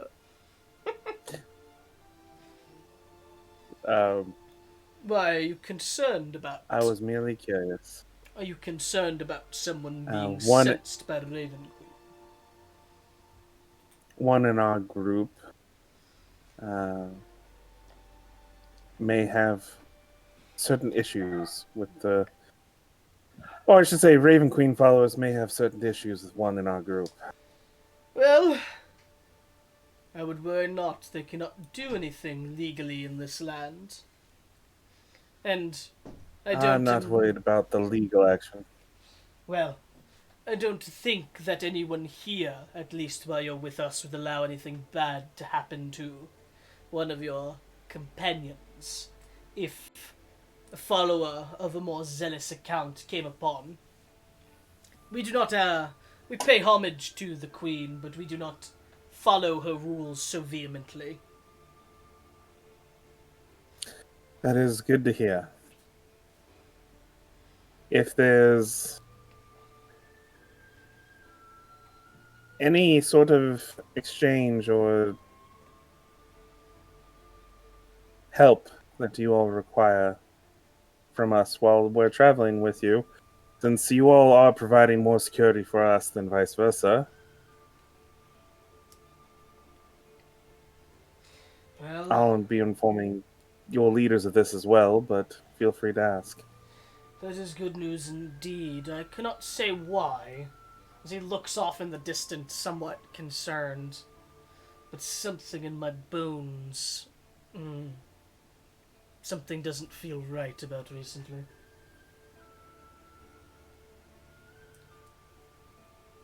Perhaps it's the world being wounded again by war and other such atrocities going on. Is your concern tied to the events of this evening? My concern is an overarching one, I guess you could say. We've traveled this road many times in the past, and we've never come across werewolves before on it.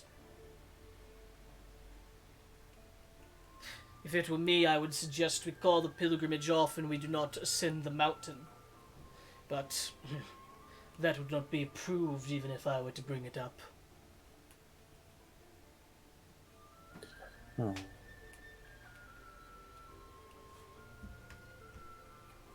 I have an idea, and it involves a conversation with the leaders, your elder and soon-to-be leader. Hopefully, that outcome will help ease the concern. Well, I'd be careful. Not because of what the Elder or Kiffin will do, but because they are rather stubborn. For decent reason. In tumultuous times such as these, tradition and normal activity can brighten the soul and give hope to people. So I don't blame them for wanting to do things normally. But nonetheless, thank you for speaking with me, Mr. Silas, and thank you for your patronage as well. If you or your companions need anything else, just come my way. Do you have healing potions? I have friends that might be interested. I do, in fact, carry healing potions, yes. I'll make sure they're aware. Nothing of the greater variety, but only of the basic. Oh, I would be surprised if none of my friends were interested. I'll make sure they're made aware. Fair enough. As Silas is going to head out, and he's going to go talk to the first person in the party that he sees.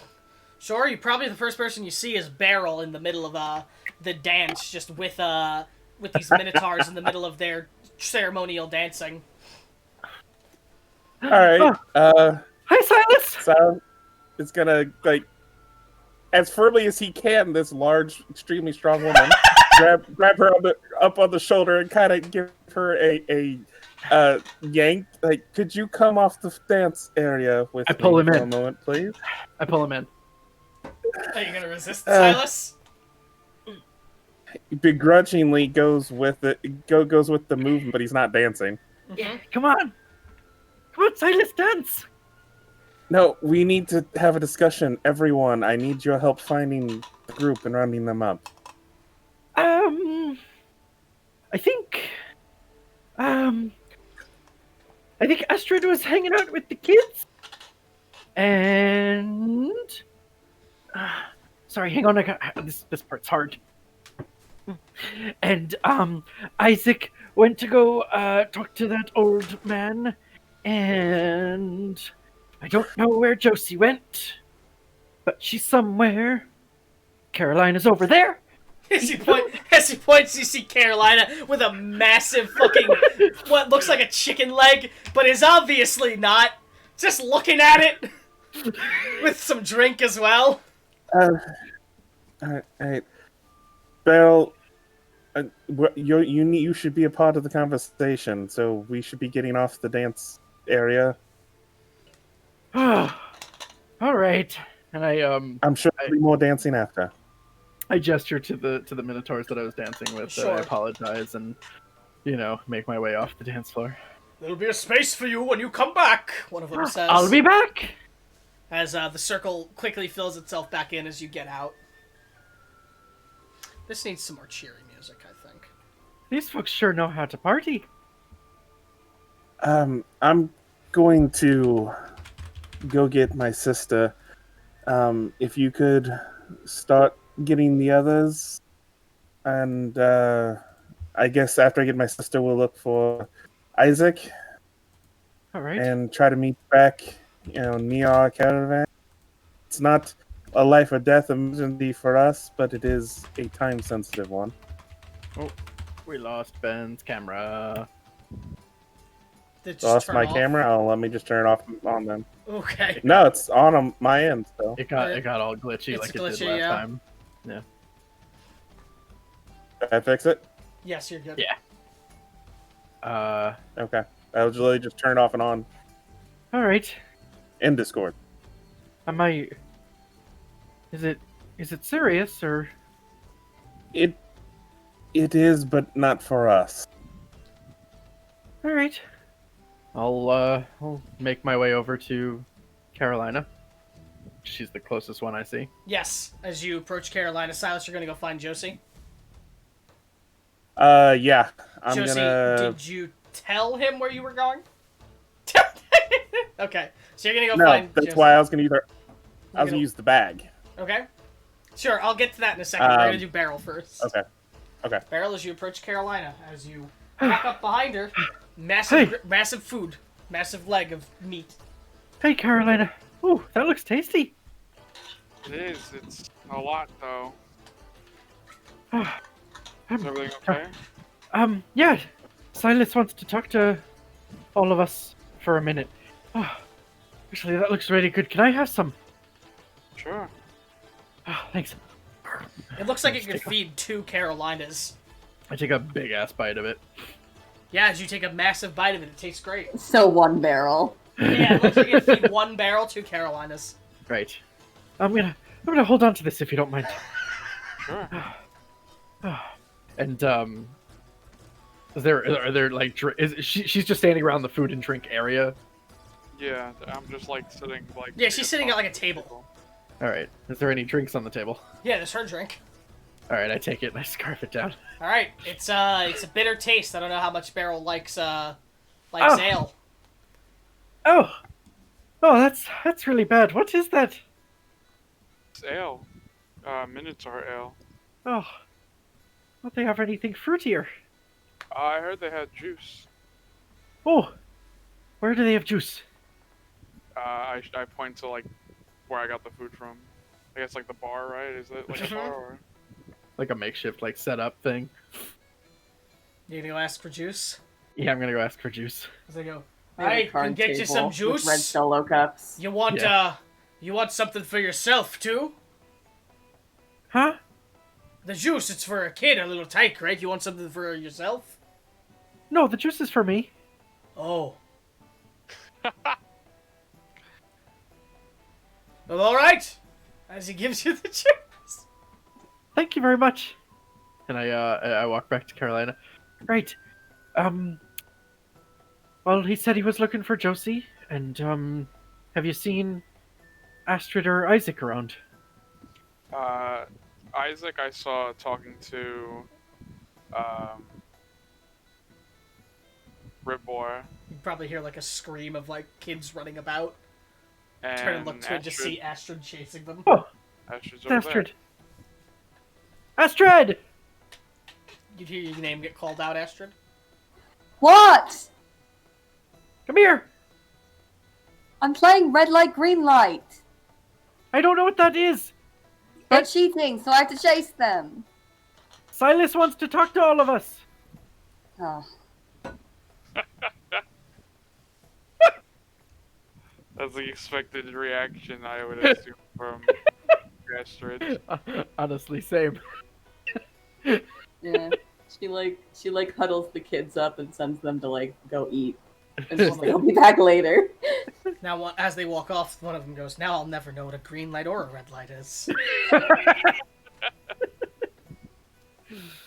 I couldn't Red think of a torch. fun fantasy equivalent. Red Red- torch, green torch. Yeah, red sparks, green sparks. No, it's like the dancing lights. Red ogre, green ogre.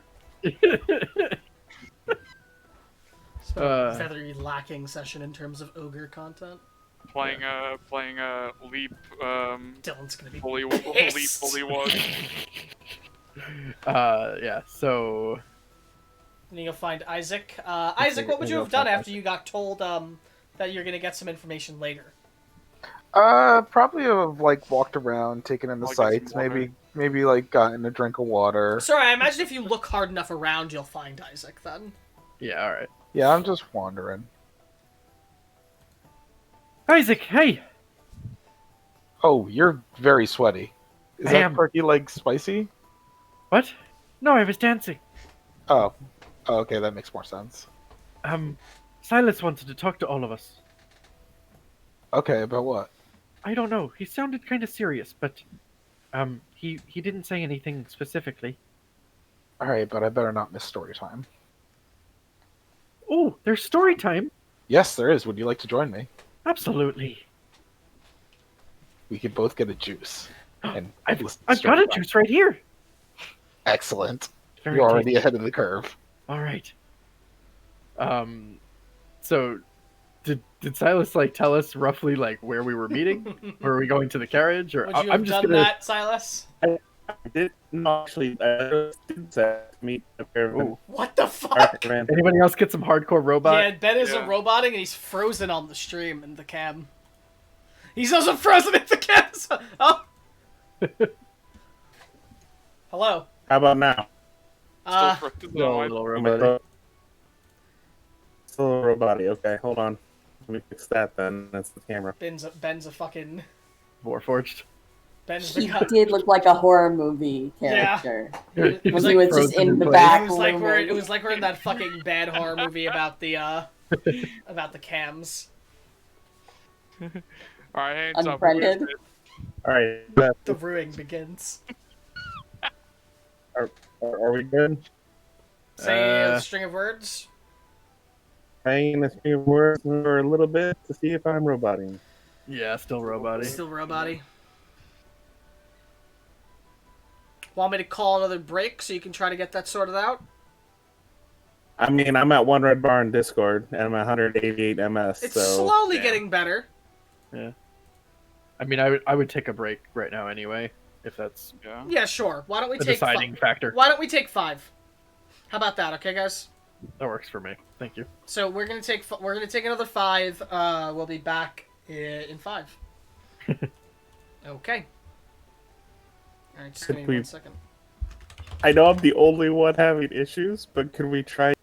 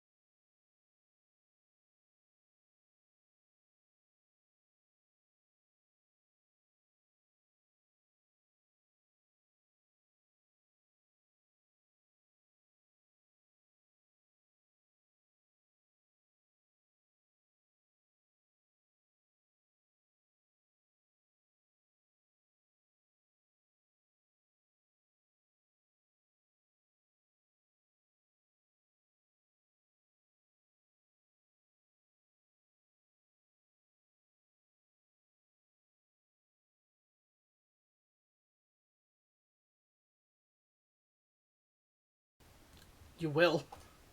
You will. Do it.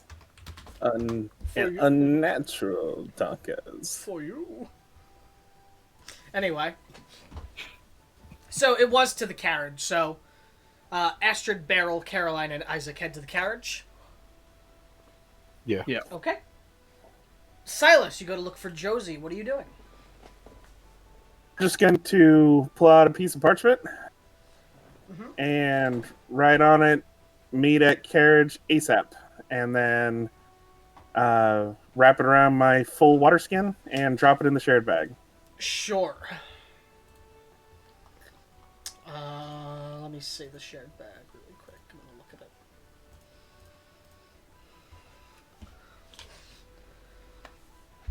it. I'd say sure. She would know if something was just put in it. So you would know that someone just put something in the bag. You don't necessarily know it was Silas. I can make some assumptions, perhaps. Then yeah, I would check it. Yeah, you'd see it. All right, then I'll pack up all my shit and go to the carriage. Sure, you probably finished for most of the tinkering by this point anyway. Okay. Silas, I imagine you head to the carriage after doing that? And you all are going to wait for Josie? Yeah. As soon after, Josie arrives at the carriage. All right. Leaving?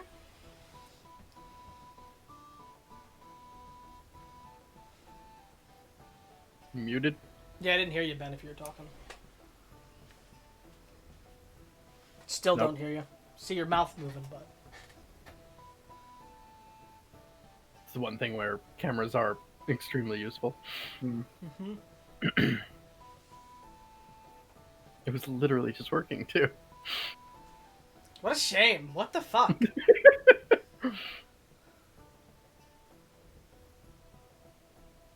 Really wish I understood what was going on. That fixed it, though. There we go. That's weird. Yeah. So what were you saying? I would, yes, be going to the carriage after Okay, dropping it on the bag. Sorry, so you didn't hear everything that's happened. Okay. You're at the We all- carriage. yeah, Everyone's we at all the met up. carriage right now. And Josie said, are we Okay. leaving? Oh. No. I wasn't implying that. In fact, I feel like we're safer with these folks than we've been since we began this travel together. It was more... We all came across those werewolves together. The apothecary here has a bad feeling. And Kiffin, the soon-to-be leader, apparently is going to be doing some sort of trial or... I don't know what that term is for it, but an event that is the coming of leadership event that will make him the leader. And he'll be going a full hour into the forest to a temple with some of the warriors. And we already know there's werewolves out there. Potentially worse things. And as I said, these folk are making us safer than we are without them by a lot.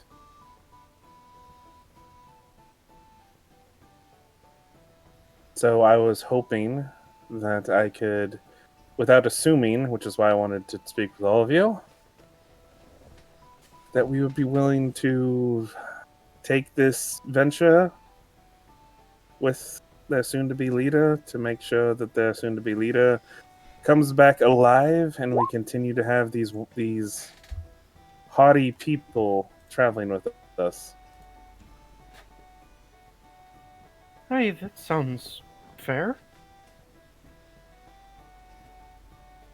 Protection know, for protection? Do we know how long it would be? Because we are kind of on a schedule. Well, we're not going anywhere. Well, it's an hour. It's achievable this evening before long resting. Oh, if that's the case, then sure. would we be allowed to come? Is it sacred or anything like that? I don't know. That would imply a conversation with and Ribor, or maybe just one of them. I didn't want to speak on behalf of any of you, however, before speaking with you.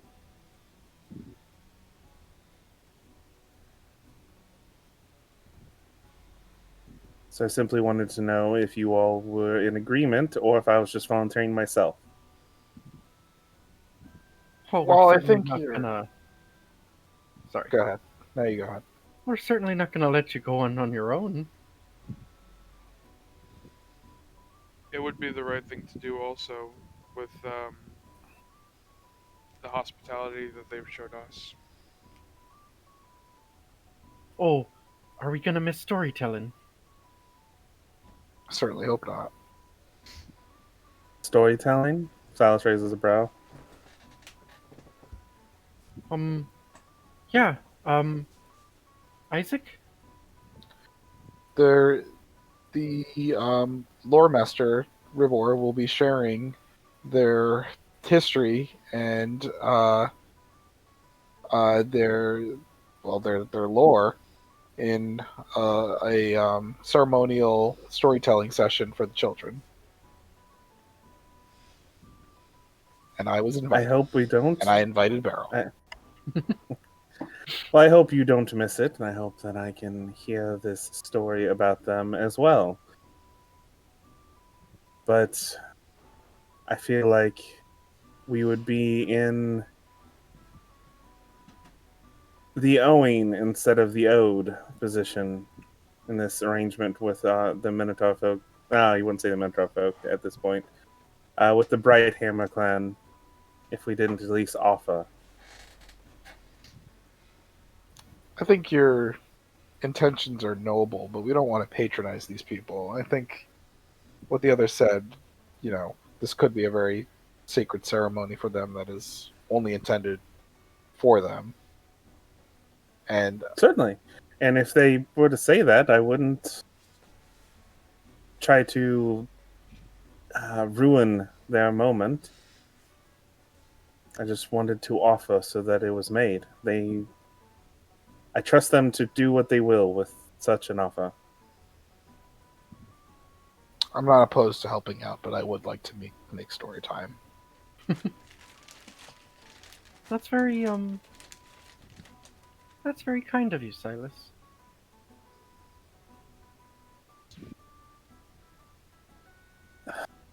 That's me smiling, not Silas. Silas doesn't smile. Yeah, I know he definitely does. Just only about certain things. I appreciate what seems to, or no, you wouldn't say it seems. I appreciate what is a compliment, but my intentions are merely keeping as good of a standing with them as possible.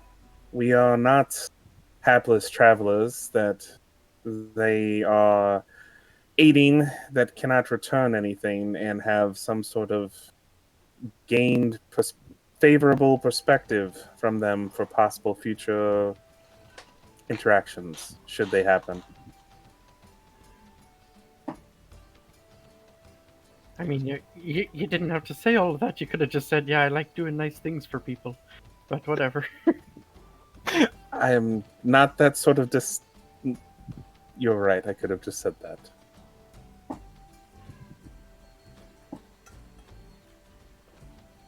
Well, I suppose the next thing to do would be to talk to Kiffin or Ribor. Probably Ribor first, since he's technically the leader still. And leader of the storytelling as well. I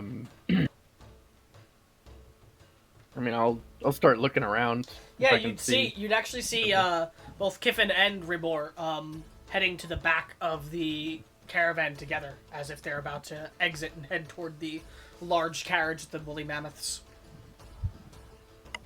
What time of day is it now? The sun has set by this point. It's been about an hour since you got here. So it's nighttime. But not... What phases the moon? What'd you ask me? What's the moon doing? I don't know, I'd have to check. Just up there, chilling. 1 second, if you really want me to check that. I want to know how big It's- it is. It's mimicking the barrel dance. That'd be pretty something to see. Yeah, I need a minute to do that. That's lucky.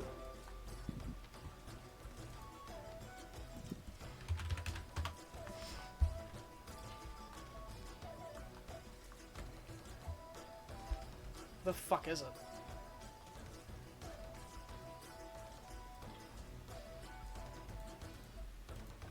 While you're doing that, how many kids are there, would you say?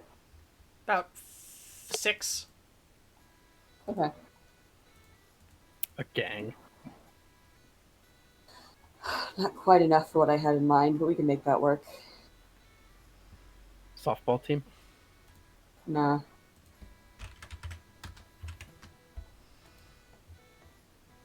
There we go, here it is. Just have to find this. Okay, so we're in Serial, and it's the 14th. It is a... It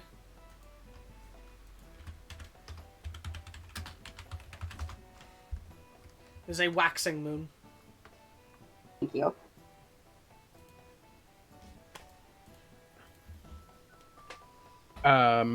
Can I attempt to get one of their attentions before they make their way into the big carriage? How are you doing that? They're not making their way into it, they're exiting the... They're not... Oh, they're... So they're they're walking leaving. toward it. Wait. No, that's what... Yeah, that's what I'm asking. The big carriage is out of the caravan. It's out of the circle. Okay, so before they exit the circle... So you calling out to them, or are you running up to them? What are you doing? Both. Okay. They probably wouldn't be hearing you as you're getting closer, but running up, eventually they hear you as you, like, are almost, like, within 10 feet of them. No, sorry, probably a bit more than that. As, they'd turn to look at you. As, Kevin would go, "Yes, how can I help you?" We were just wondering, you said, well, you were talking to, Silas about heading into the woods tonight? I did not talk to Silas about such things, in fact. Kiffin did. That's Kiffin talking. Oh, No, the Then I assume that all of you followed behind Beryl. yeah. No. I had it explained to me by Nozon Right, what was going on this evening. we are in the middle. We need to go talk to, Tiskia. If you need to talk to us about something, you can accompany us, but we have to go speak with her about matters. oh, sorry. I didn't mean to interrupt. Well, we wanted to catch you before anything was happening. Like I said, if you need to talk about something, you could join us. It will only take a minute. I turned to Silas. That's alright. Yeah? Yeah, Silas nods his head, goes to follow. Okay. Alright. So all of you are following Ribor and, Kiffin? Yeah. Okay. As you all travel together, as you approach the large carriage that is pulled by two woolly mammoths. As you approach, you can hear the sound. You can hear the sound of metal being smacked against metal, and what also is the smell of flame as you approach and cinder. As you see, from the front of this carriage is an open, large front of it, like it has a platform coming down that reveals the whole entire interior of the carriage. As you see what looks like a mobile forge inside this massive carriage, and what looks like incredible heat sweltering from it. As you see inside what looks like a dark brown furred minotaur in the midst of working on the forge, banging against it as the two approach. as it's a small little encampment. In front of it, there's a fire and there's some logs. As Riffin and Ibor approach, and Kiffin goes, Tiska, have you finished the forging of what we need for the night?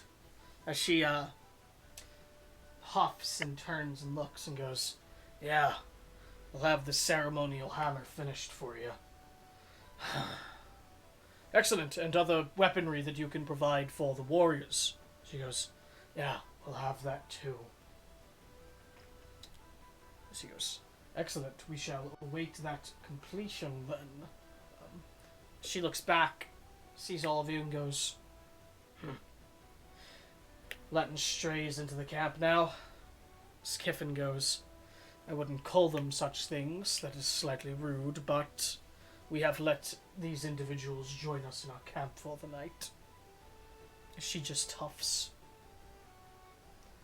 Skiffin then turns to you all. She goes, right, you all needed to talk to us about something, No, I didn't tell any of you about our pilgrimage tonight, but I suppose if you talked to, Nozan, like I said, then I suppose he would tell you such things.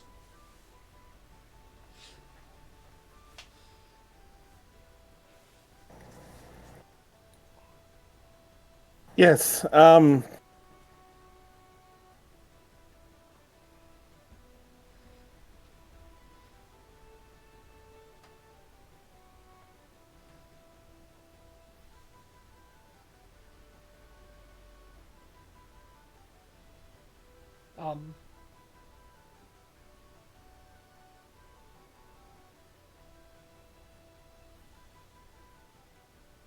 are you frozen? I think I'm good. What happened? Are you fine? You okay? Yeah, I don't know, something spiking. Like, I actually looked at it, something spiking my CPU to 90+%, and I'm not sure what it Okay. is. And then my webcam froze, I see. and I stopped hearing you guys for a second. So yeah, I don't know. I got nothing on other than Discord, my notepad, and Roll20. But all right, that's weird. Anywho, Silas would have just said, yes, was hoping that with the sudden rising of the amount of events in this area that are seemingly abnormal, like werewolves and monstrosities and more undead and such,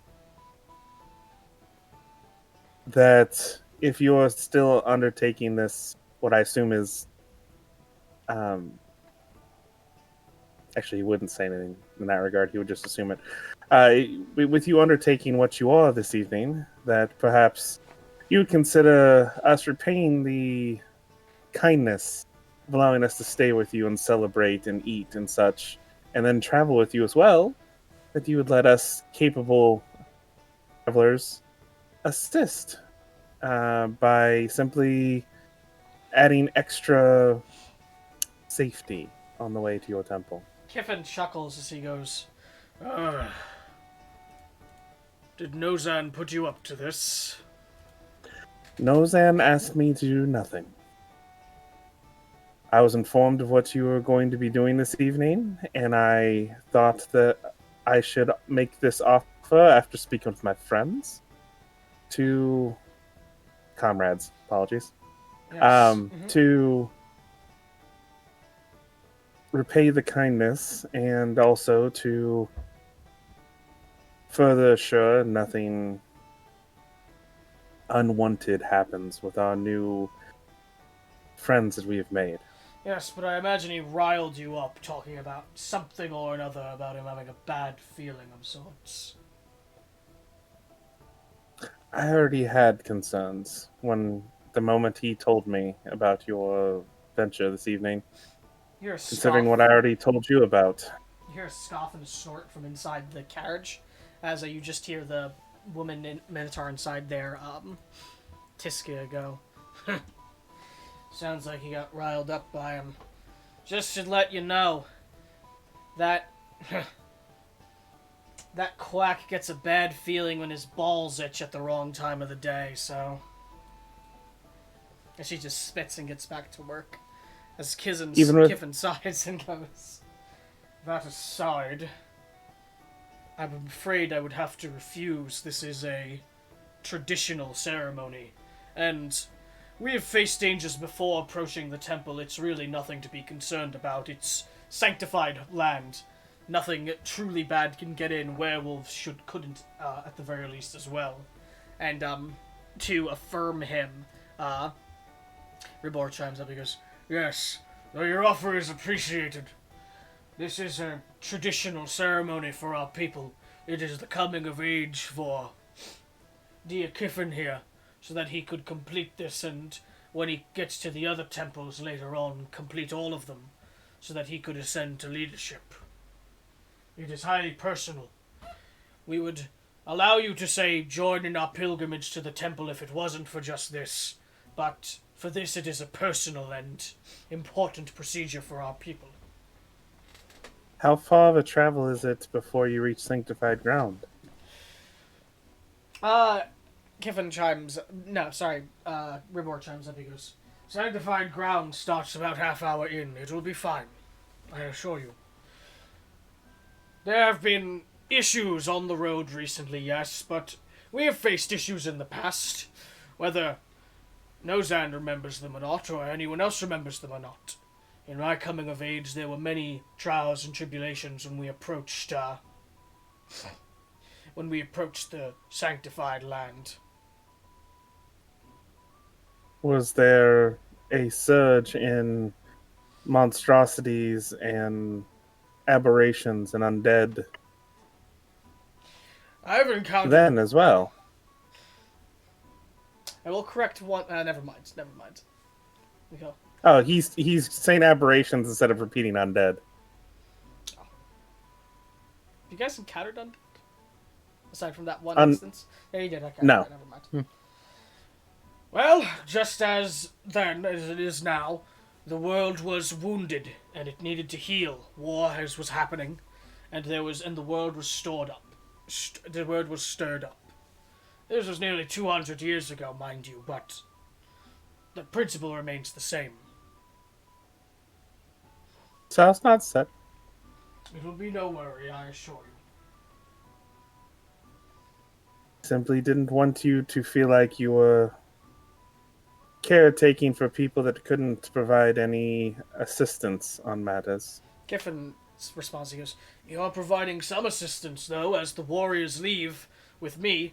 We are assured that there are people that can help defend the caravan if creatures that approach are here." So that's not said that as well. Though we appreciate your concern. I'm not one to stomp on, or to attempt to stomp on individuals' traditions or respect for history. I'm glad the offer was taken kindly, despite it not being wanted. That I will not press further, and I will simply redirect that mentality to what you stated, assuring that you return to a safe caravan circle. Isaac and Astrid, roll me history.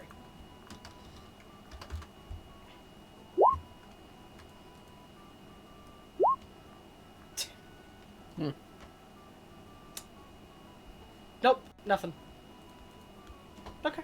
Is this not a nested thing again? Nope. Oh, darn it. As Ribor just goes, "That being said, your offer aside, we appreciate it, but we must get back to preparations here. Story time will be coming in about an hour for you, dear Isaac, if you wish to listen in still." Yes, please. Oh, I was kind of hoping I could join in as well. Anyone can listen in if they desire to. All right. Any one of you could come listen if you wish to, as long as you do not interrupt during the telling of the story. And are respectful. Of course. Right then. We must get back to work here and finding preparations for tonight. Thank you for your offer, and enjoy your night, please. So what do you all do? Head back inside the circle for Silas. Okay. Wait for story time. Yeah, waiting for story time. Beryl is making full efforts to attempt to get Silas to dance. Astrid is actually going to assist by employing her children. Yes, child army. Before all that would have happened, actually on our way back, Silas would have apologized for, or would have said, "I apologize for seemingly wasting all of your time. I thank you for at least coming." No harm, no foul. It's no worries. It was a genuinely kind gesture. But as soon as we get back to the circle, what Silas would have been trying to do would be sit down away from the drum, as far away from the drums while still being in the circle as possible, to try to read until story time. Seems like you're being No passive. reading, only dance. Yeah. Oh boy. I'm guessing Beryl's trying to like grabbing him by the shoulder or arm or something, drag him. Yep. Silas would try to slip out of that. Gonna need an athletics versus athletics. My children Or surround him. acrobatics. Do I get advantage because of the children? Sure, We're going to make the grumpy man sure, dance. we're saying you're getting tugged by the children as well, so it's at advantage. Ah, thank God. Nope. It would have been a tie with you getting a nat one otherwise. Oh my god. Yes, Silas, you're getting dragged. Albeit you're fighting back a bit decently, but you are getting dragged. The kids add a whole nother layer to it that you weren't prepared for. You Doing the dead weight you thing. weren't prepared for child warfare. No one's ever prepared for the child army. Wrapping around the ankles. Literal ankle I am biters. not a dancer. He's just Everybody's saying a as he's being dancer. dragged. That's a lie. No, really, I just like to read my books. Look, you just move the body parts in different directions, and you're doing it. Silas is like trying to plot his book to hold in front of his chest on the dance floor. I want to steal it. My God! All right. Are you trying to tear it from his arms, or what are you trying to do? I'm trying to pluck it from his grasp. I guess that'd be athletics versus athletics. That's athletics? Okay. Well, Don't you're not worry, trying I don't to. have good You're not athletics. trying to stealthily take it away from him, because he has it in his grasp. We have the exact same athletics mod. Oh. Silas is holding onto that book pretty hard. What, the children don't help? It's just the book. It's not his entire body. I will. At that though, he knows he's not going to get to read his book with her trying to take it and Beryl trying to dance with him. So he will close the book, put it in his satchel, and like pull up his satchel in front of his chest and just I need it back up so you can actually see my chest. Back up, just kind of satchel across his chest that has his book in it. And he just stands there awkwardly. Zach, you look like fucking Mo from the street dancing Simpsons bit. Just give me one of these. Just give one of these. Okay. Well, that's going on. Josie, Isaac, Carolina, what are you doing? I would have lingered back at the blacksmith. Sure. Okay.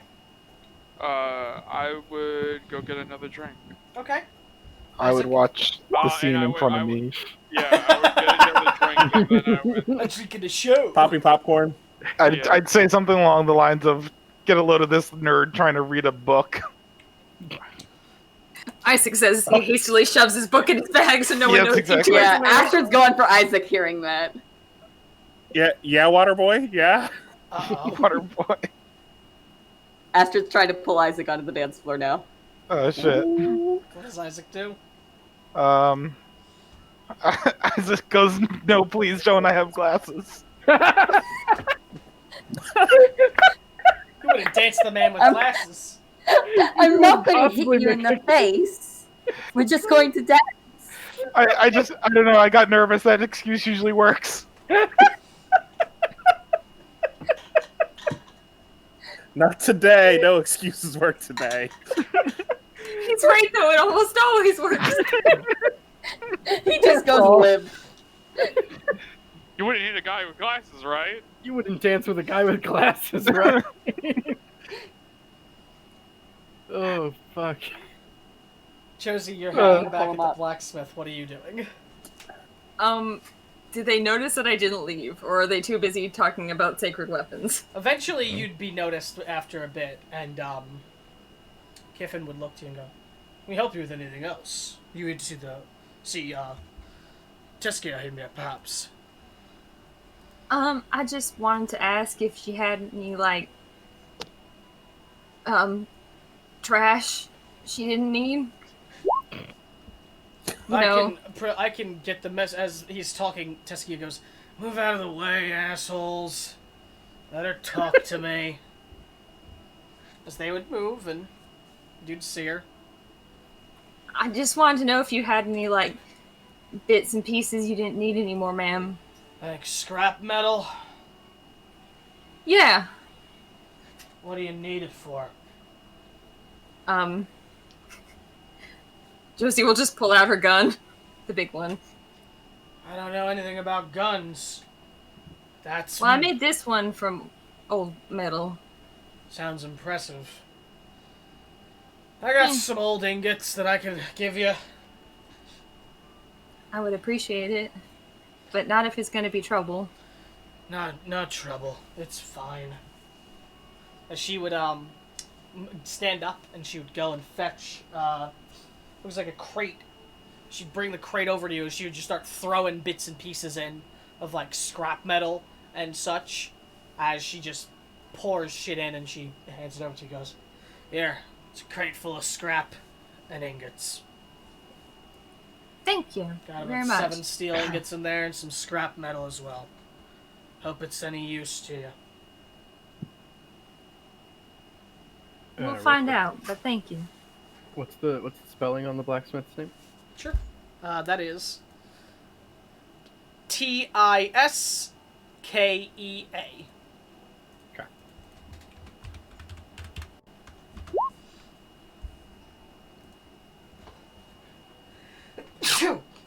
Plus, Bless you. Thank you. What are you gonna do after that, Do I- Josie? She'd go back to the circle. Okay. If Isaac's still sitting down by the side, she'd sit near him. Now he's No, I'm dancing. trying to drag him in. Oh, then she would avoid that. You can see Isaac getting dragged into the circle. You see Silas already dragged there. She would laugh to herself at that.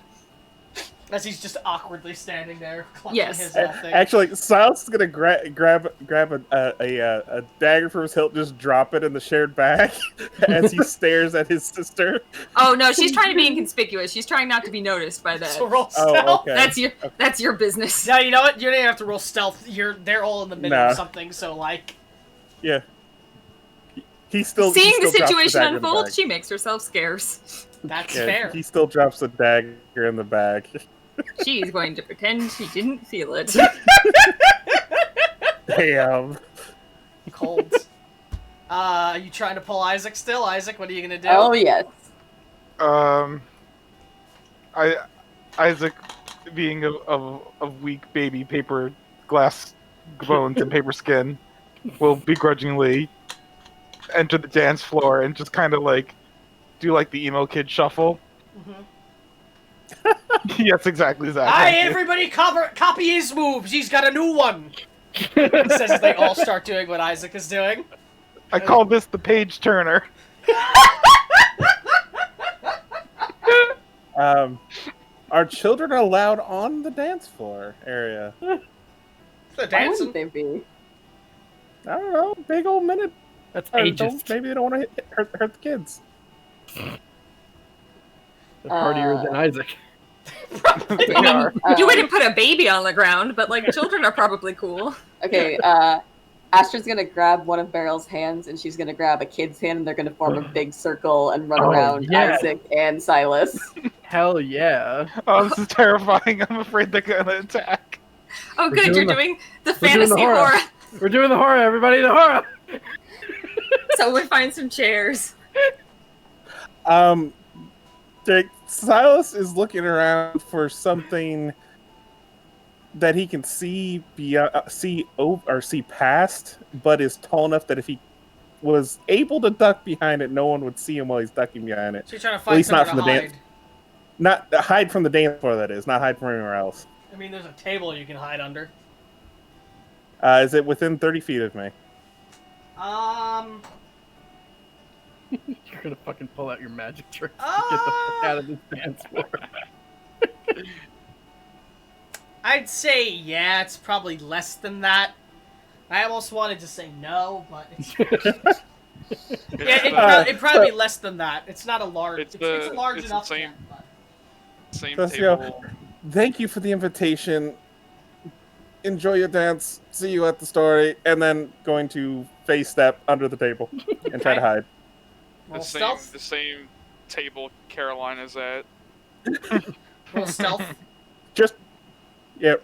for when you Yes. get there. Moment. Yep. Jesus. Isaac, Silas vanishes in a arcane glow. I want all my kids to roll perception. They're not gonna find him. All your kids. They're mine now. These are my children. None of them are gonna find him. That's fine. Once Silas got away, Astrid would let Isaac slink away if he wants to, and she'll just dance with Beryl and the kids again. Oh, thank God. You're welcome, Isaac. I was so frightened. So is anyone doing anything of note before the hour passes and story time comes along? Tearing it up. Once Isaac has sat down and is free from the fear of dancing, Josie would sit next to him and start rifling through her bucket of scrap metal to see if there's anything very helpful. Okay. As Isaac, Josie sits next to you and starts rifling through a bucket filled with metal. I nod and I go, "Do you want me to get you a water?" I guess if you're going that way. I mean, I can make my way there. I could do that. Okay. And I Do you would want go an and do ingot? it. I don't think I could eat that. I mean, I don't know. It might have some learning value. I mean, I guess it would be high. Yeah, it could be high in iron. That's exactly what I was gonna say. That might help from all the fainting you do when you try to stand up. You know, you have a point. Gosh, Maybe where I'll could we give have gotten this information from? Maybe I'll give it a lick. I'll go and fetch us 2 waters. Okay. If it sticks, it's a bone. Sure. As you come back with 2 waters. She'll drink the water while continuing to look through this bucket of trash. Sure. Anyone else doing anything? Aside from the dancing that's going on. I guess I would just like.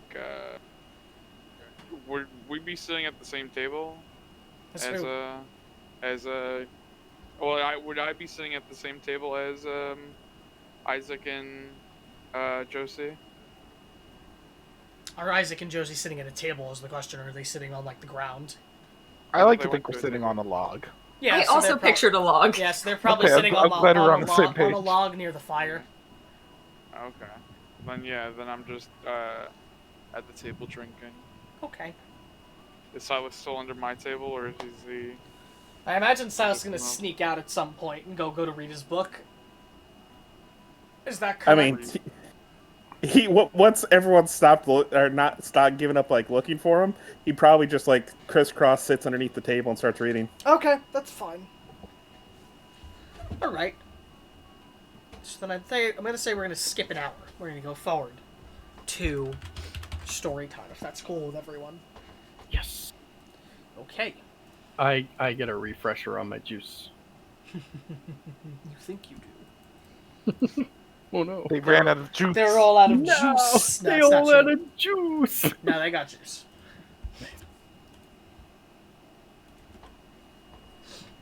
Alright. Do I have what I need? Fuck, I didn't download this early. Okay, never mind. Can't do that, but I'll just have to use other music. I was gonna have fireplace, a fire, ambience going on while I played the music as well, but didn't download it.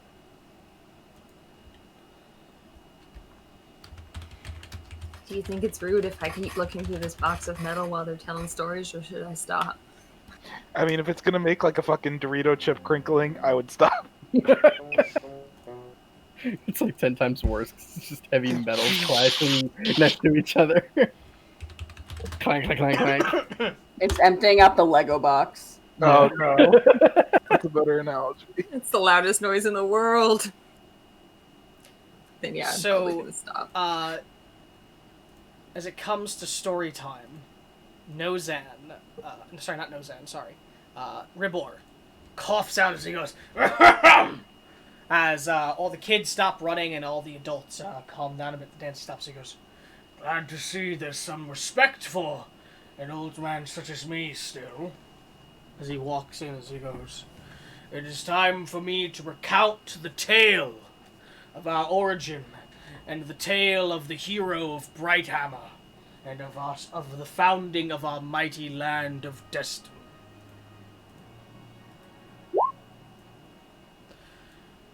Everyone gather round the fire. I will tell this tale to you tonight, as we are joined by some guests as well. Be as hospitable as you can to them, please." As everyone would gather around the fire respectfully and quietly, as all of the kids gather around, sitting in one spot, and the adults either make themselves scarce or sit respectfully, as Ribor goes, "Our story begins long ago, long before even I was alive. I know that may surprise some of you with the obvious. But long, long before me, and before any here in the clan of Brighthammer, before the founding of our great land, over 1,500 years ago, Destin was not but a land divided by war." As he twists his hand and the fireplace actually begins to turn and twirl as shapes begin to appear in it. As you see humanoids, minotaurs, humans, elves locked in battle with each other, fighting against each other in the flames, as if a depiction of them with it. As he goes, "Divided by desires to rule the land solely with their own clan, we all fought among ourselves. Us minotaurs being the most ferocious and the most... no, the most ferocious, yeah, that's just the word. Being the most ferocious of the battlers. Our bloodlust strong. We sought to rid this land of all others who inhabited it. This was because of our accursed creator, the foul demon Baphomet," as he slams his hand down, and the flames all shoot up at once as a forming massive pillar, as a titanic creature forms in it. What looks almost like... Sorry, 1 second. I want to get this description correct. A 12-foot-tall humanoid with a bull's head, a bovine tail, broad shoulders, and stubby hands and feet, covered in coarse black hair. His horns are curved downward and outward, as he wields what looks like a massive weapon in hand and lets out a mighty roar, and then quickly returns back to the flames, sinking. He created us long ago, a foul creation by his demonic machinations, so that he could conquer this land. For years we fought, bloodthirsty and ravenous. Some of us did not see the reason why we must live to the will of that foul being, but we were always cut down before we could make any real change by the foul demon followers within our ranks. That was until the day that the first of the Brighthammers was born, Angus Brighthammer. As the flames shift once again, and a figure of a minotaur appears. No real description aside from a vague minotaur-like appearance, almost blindingly bright, though.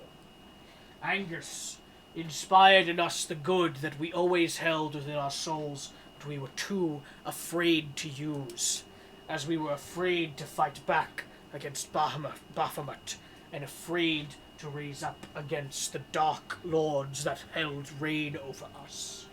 Angus led us to our emancipation, conquering our enslavers and freeing us from the roots of our creator, proving to us that it did not matter that we were created by that foul creature, that there was goodness within us all along. Chosen by Erithis, he was granted a mighty weapon in order to fell the foul demons that stand in our path. The Bright Hammer.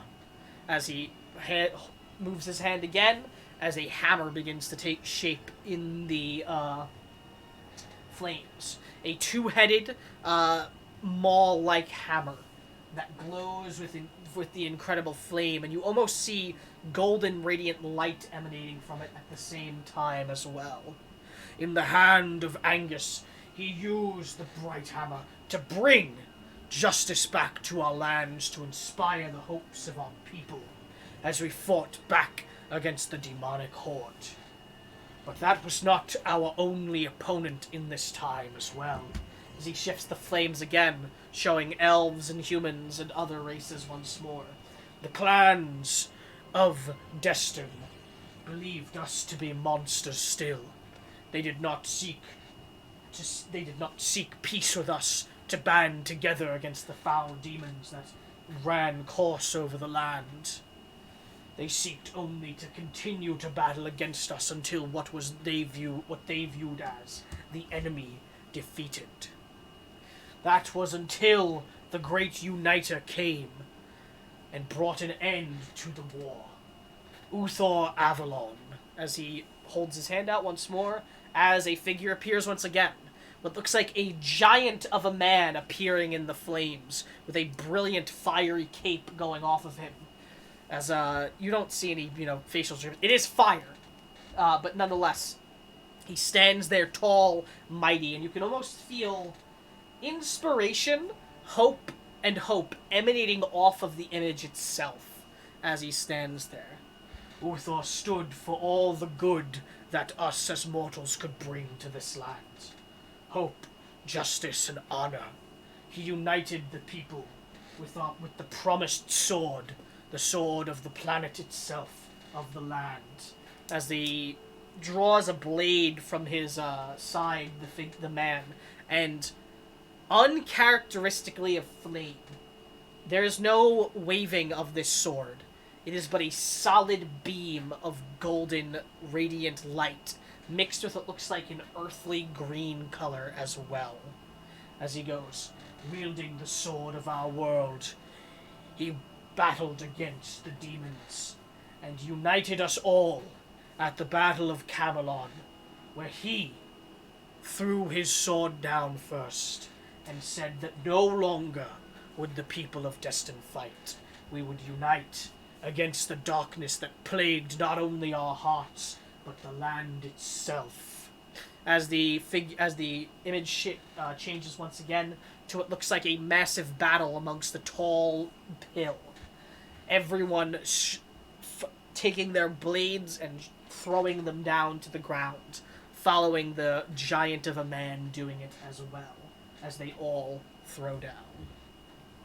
United now, we march together, Minotaur and human, brother and brother, to the land of Destin, to fight against the foul demon Baphomet and his kin. As we marched, we engaged in battle. But a tragedy had struck at the last moment. In an act of self-sacrifice and bravery, Angus Brighthammer was struck by the glaive of the lieutenant of Baphomet himself, a glaive of abyssal evil. As the fire shifts once again, and a massive creature wielding what looks like a mighty weapon stabs this weapon into what was the figure of Angus. And as he does, a deep, dark fire spreads throughout his body. As the storyteller continues on, he goes, Angus was struck with a blade of pure abyssal evil, and he knew that should he live much longer, it would corrupt him and his very soul. In his final act of self-sacrifice, he plunged himself into the abyssal gate, facing down Baphomet himself in one-on-one combat, shattering his horn, injuring him permanently, and sealing the gate with his dying breath. As the fire dies down again. After that, we united once more. Uthor established the kingdom of Destin at the capital of Camelon, the Holy Land, giving us the land that we had earned, and also allowing us full access to the land itself as promised. For our great loss, Angus was honored that day, a place in the Hall of Heroes for him forevermore. But it is said that not everything was lost in that faithful battle. It is said that at the last moment, with his own might earned from his earthly training, and with the guidance of Erithis herself, Angus took the bright hammer, and in one fell swoop tossed it, shattering through the abyssal portal and returning home. It is not known where the hammer is to this day, but it is said that one day someone will rise up from our kind and wield it once more. And when that day comes, we will finally put an end to the darkness that plagued our people so long ago. The demon king Baphomet would fall, and we would celebrate, knowing that Angus was not killed in vain, did not sacrifice himself in vain. As the fire dies down once again, and then blasts up once more in a roar, and then returns back to its normal state as the sound of the crackling flame goes. As, Ribor talks out to you all once more. He goes, Tonight is a special night. Kiffin, mighty warrior, inheritor of the Bright Hammer name. As Kiffin stands and approaches, as he kneels before Ribor. Tonight you shall ascend to the Temple of Erithis, and you will begin your first rites to take the mantle of clan leader. You swear to do right not only by your people, but to the legacy that Angus has left for us all to carry. As Kiffin responds, he goes, I will carry it with honor. As Ribor goes, good. Then tonight, I bestow upon you the ceremonial offering. As he reaches to the side toward a bag and pulls out what looks like a mighty looking hammer. Completely golden in make. Sorry, no. Made of steel, but completely ornamented in gold going up. In between the two heads of it, there is what looks like a minotaur's head, proudly adorned, looking mighty and strong. And both ends of the hammer are decorated with silver and gold. A recreation of the mighty bright hammer. Only a recreation at that, for none could ever match its might. Will you take it? As he goes, I will carry it with honor. As he reaches out and grabs it as he stands tall. As Urbor goes, then I, as leader of this clan, grant you full rights to enter the temple and to take what is rightfully yours in your steps to becoming our leader. As Kevin smiles and nods as he looks out towards everyone and gives a nod and then a bash against his chest and a roar as all of the other minotaurs roar along with him, as he then turns and begins to walk toward the exit of the camp. And Ribor goes, he and our mightiest warriors shall ascend, but we all will continue celebrating for the night. Thank you for lending an old man your ear for this time. As he smiles, and the minotaurs, of course, begin to clap. The kids are cheering and such as well. Yeah. And he begins to walk off to the side. As he approaches, you actually, Isaac, as he walks, as he goes, did you find the retelling of our history to be your liking, Mr. Isaac? It was phenomenal. It was an amazing story with an amazing history. Nothing that I've been aware of. Well, will he be aware of? No, probably not. Right? He probably would hear the maybe the abridged version of it. You know who Uthor Avalon is. I'd say all of you from the land. You know, obviously aside from Beryl, Josie, and Silas. Silas probably knows the name. Josie definitely doesn't. So it's the same. So it's the usual suspects. All of you know the name Uthor Avalon. He was the first king of Destin and the wielder of a legendary sword. More than that, I don't think any of you would really know. Astrid, I'll give you a history check if you think Astrid would know a bit more because of her background. But that's up to you.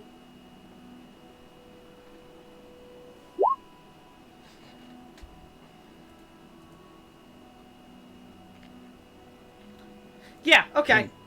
Okay. I was just saying, the most I ever have is just like the photo I saw, the painting of him. Yes, so you recognize the name though because you've been told that's the name of the queen currently. Yeah, so with a 19, let's see. Yeah, you'd know of Uthor Avalon. He was the original king of Destin, known as the Great Uniter, and he wielded a blade that's name has been forgotten to history, but its title certainly has not. It is known as the Promised Blade of Augon. The Promised Sword of Augon is the title of it.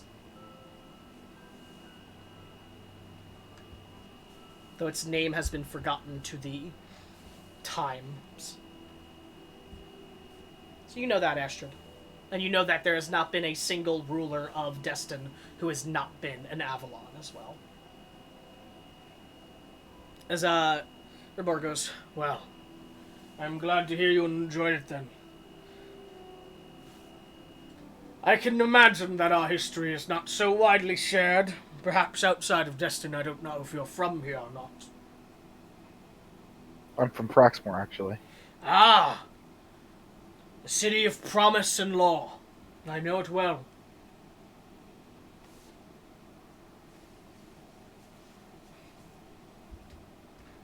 Well, thank you for listening to the tales this old man had to tell.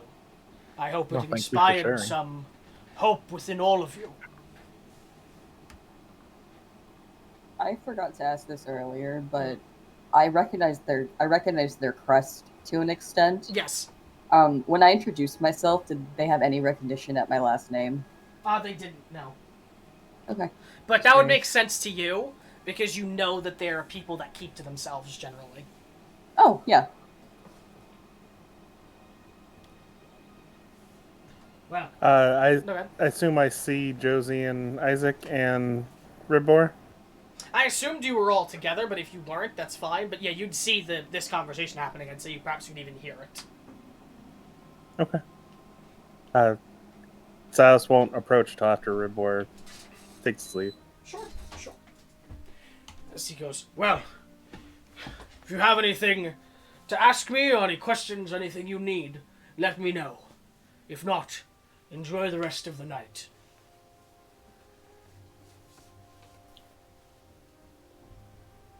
As he goes to walk away. Maybe one or two things. And I kind of like lean in close so that the others aren't really overhearing me. Of course. I mean, Josie's still there, but... Josie's not listening. Okay, sure. I mean, you're right, but damn. As he goes, of course. What can I do for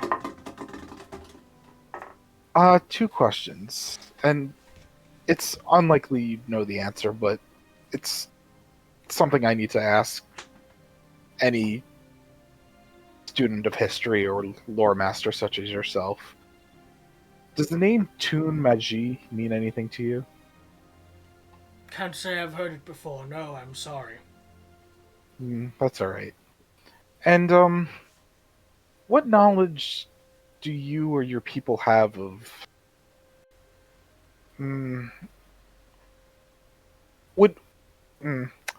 Would Isaac say cosmic entities? Does he know that much? Probably not. I wouldn't say. I would say no. He wouldn't. Yeah, I would probably say no, right?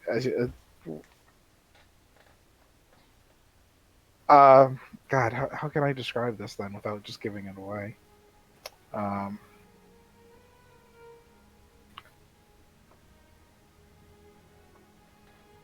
I'd probably just say, do purple crystals ever show up in any of your stories? Not in any. No, not really. Okay. That's all I have to ask. Sorry to bore you with. I apologize for not having answers to your questions. No, it's fine. It's my search continues, I suppose. Well, if you need anything else, let me know. That goes for the rest of you as well. As he speaking out to all of you. Oh, yeah, actually, you wouldn't have happened to have seen a small cat in a big hat, would you? No, nothing of the sort. I can ask around to see if anyone else has. See if our watchers have, but I have not seen anyone of that description. All right. Anyone else have anything to ask him?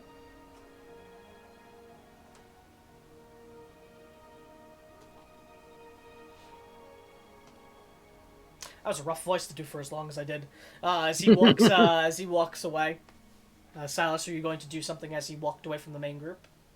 Yeah, he's gonna sit next to Josie and just kind of put his arm around his shoulder and just kind of lean and look at her. She's looking at him. I know you felt the bag, dear sister. So very exaggeratedly go to open. Oh, look at that! I was sorry, I was so distracted by my box of metal. You know, it's very exciting. You know I'm the better liar of the two of us, right? Maybe some dancing did you good. He actually smirks at that, and then and looks over at Isaac. And how did the dancing treat you? One of the most terrifying experiences that I've had in quite a while, and I just got attacked by werewolves. That does put it into some perspective. I just thought I'd inform you all and kind of like he'll repeat it towards whoever doesn't hear this direction. That the apothecary Nozon has healing potions should anyone need or want any. Should have mentioned sooner. Thought I'd mention now at the very least.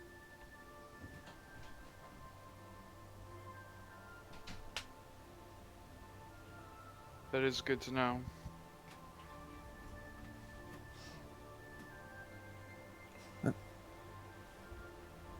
Silas is gonna get up. He's gonna go get some juice and sit down somewhere and continue reading We're out of for the juice. evening. Sure. No more juice. Nah, it's not true. Water it is then. No, you got it. How far away is Silas sitting from the group? Like from the revelry? it's not that far, but it's it's not in it. If he's just Probably sitting at not a far from the table where the drinks are, actually. Yeah, so not too far from the revelry. Okay, because Astrid's reaching the part of the night where she's gonna want to play. Okay. She knows that Silas enjoys that to an extent, so she's gonna if he's far enough away that she won't disturb the rest of the party, then she'll play by him to like sort of make up for the dancing thing. Sure. And you'd attract some audience of others amongst the Minotaurs who would listen along as well.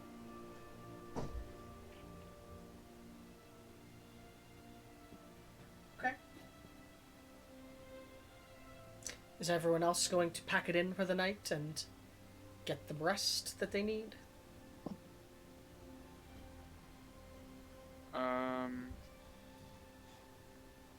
I'd probably stay up a little bit and just like hang out, maybe listen to Astrid play, maybe have like one more drink, and then get ready to go to bed.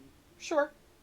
I'm more mean, is anyone doing anything that we need to go over a roleplay before we go to long rest? No. Okay. Was there anything particularly useful in my box? There are 6 steel ingots in there, in near perfect condition. Aside from that, it's just scrap metal. Okay. So all of you are going to go to your long rest then. As the night dies down, the music goes quiet, and everyone goes in for sleep. And you all... Sorry, one second. You get the benefits of a long rest and awaken the next day, is what you'd like me to say. But, however, in the night, after you've all already entered the realm of sleep, all of you are awoken by a voice calling out, going, "Ribor! Ribor! Ribor!" Someone running in, and the sound of someone running, calling out as you hear noise from outside as well for each of you. As I imagine all of you stir awake and head out. Yeah. So you'd stir awake and head out. As you do, you see it is maybe early morning, like 4 a.m. perhaps.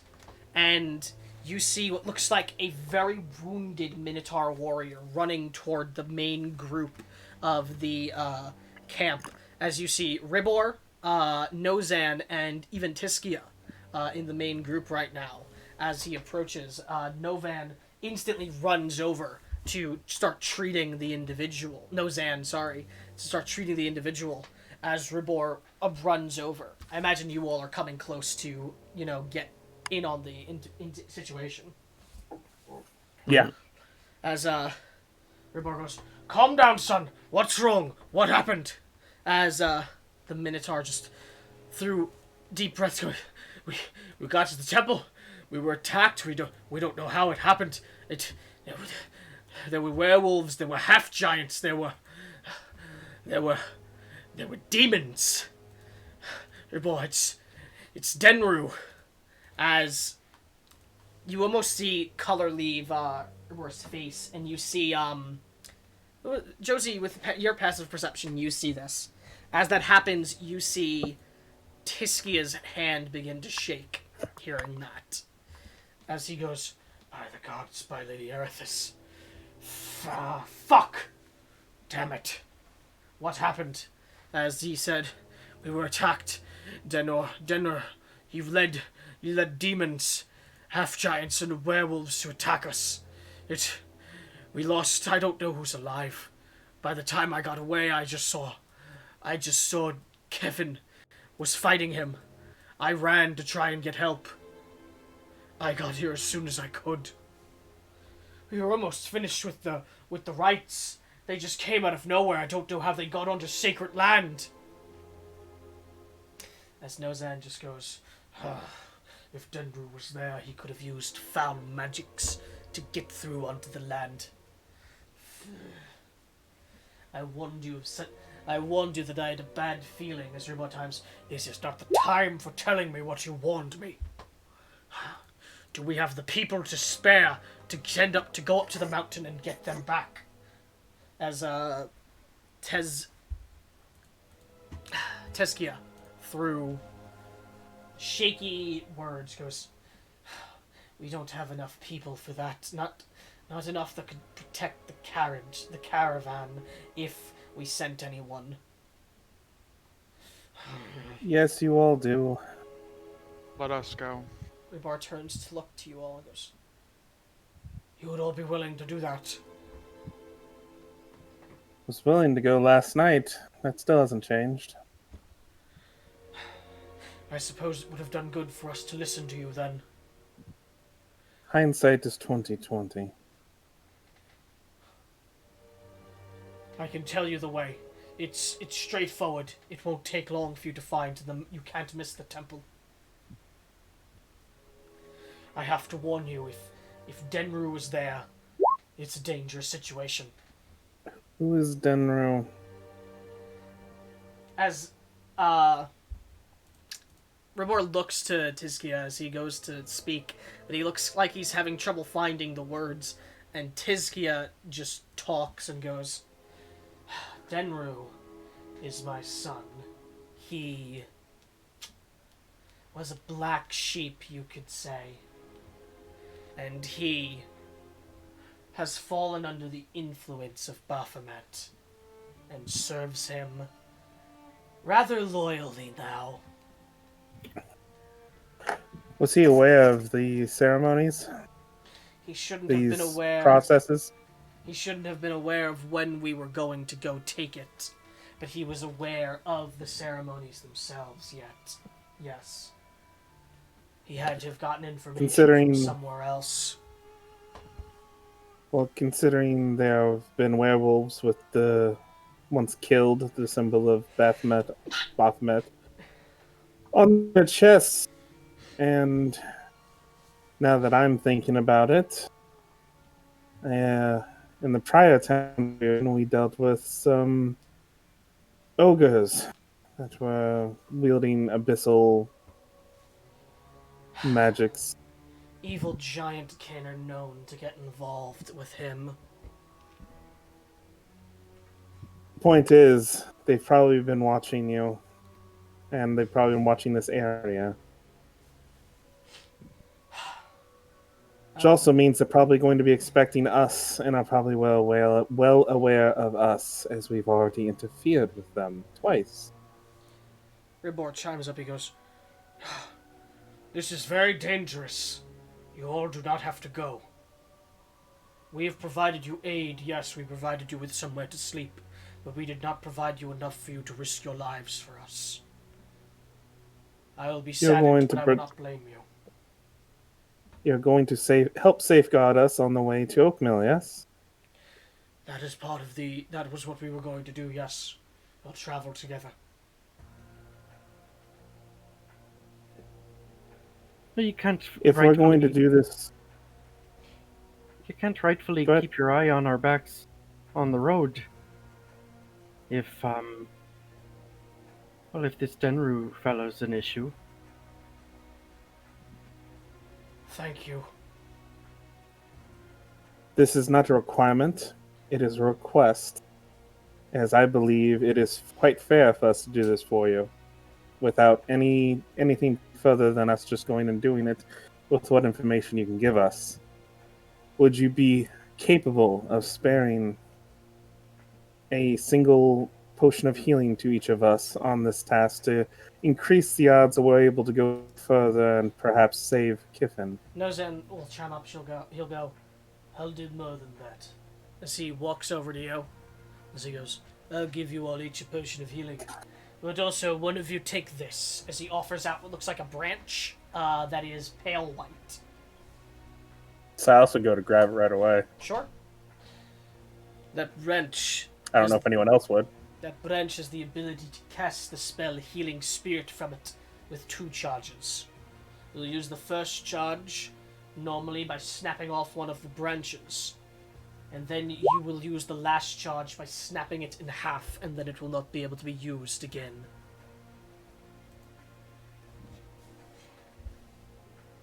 I understand. And I will fetch each of you a healing potion. As he goes to go do that, Tiskia chimes up as she goes, Denru is rather strong. Be careful fighting him. Would you like him alive? There's no reason for that. He's too far gone. You may not even be able to properly kill him by this point anyway. I don't know how connected to those demons he is now. She's working with the demons that have been our problem twice. Looking over to Astrid, I wouldn't have been willing to keep him alive anyways. He's a threat to us.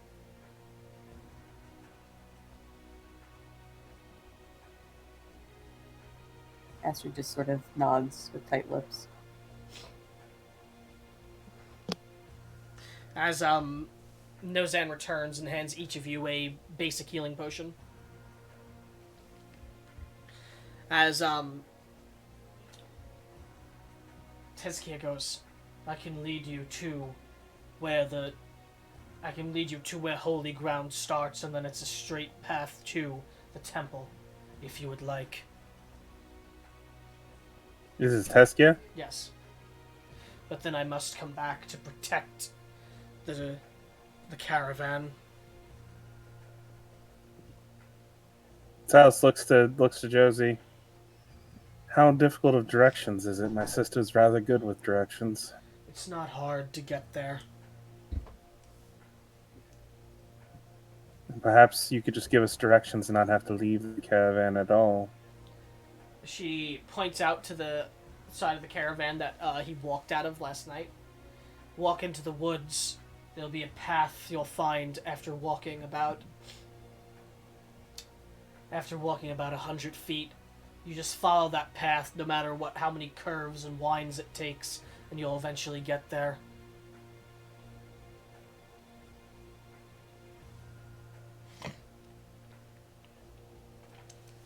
Alright then. Ribor chimes up as he goes, Thank you all. And if you can, get out of there if it's too dangerous, but please, if there's anything left of Kiffin, if he's not alive. Do you have someone in the caravan circle capable of resurrections? I don't know if we have the materials capable for it. Do you have someone capable of... actually, Jake, before I even propose this, because I don't know that Gentle Repose is an arcane magic. I don't think it is. It is not, I would say. So would he be aware of Gentle Repose? First level magic, I think. Had it and used it? So I'm going to say yes. That is true. Okay. I'll say yes. Do you have anyone in the circle capable of the spell Actually, it Gentle is a wizard Repose? spell. So you do just know about it. As, Nozan goes, I can cast the spell, yes. So at the very least, if we're able to recover his body and bring it back with us, you could repose it until you could acquire the materials to resurrect him then. Yes, that is the hope. Assuming it is not too badly damaged. I doubt Denru would leave anything for us to be able to bring him back. Well, then you'd be wanting to gently repose him until you could find another solution, perhaps. Or not. We'll leave... If there's anything of him, I'm sure we'll be bringing him back with us. And if he's alive... Mhm. If he's alive, then he'll be walking back with us. Ribor chimes up as he goes, "Thank you."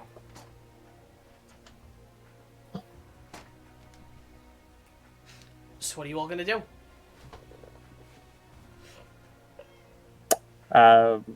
Silas looks at the branch, looks at the party, and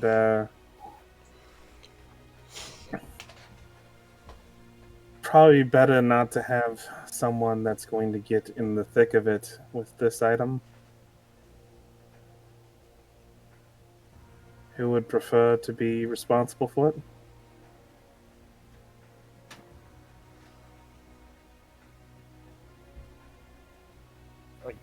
Looking at Isaac, Josie, and Astrid. Allow me. Isaac will hand Astrid the branch. Renan did a Just second seems here. to have bad luck at close range. And I didn't mean any disrespect if any was taken earlier. I don't enjoy threats to myself or my sister to stay alive.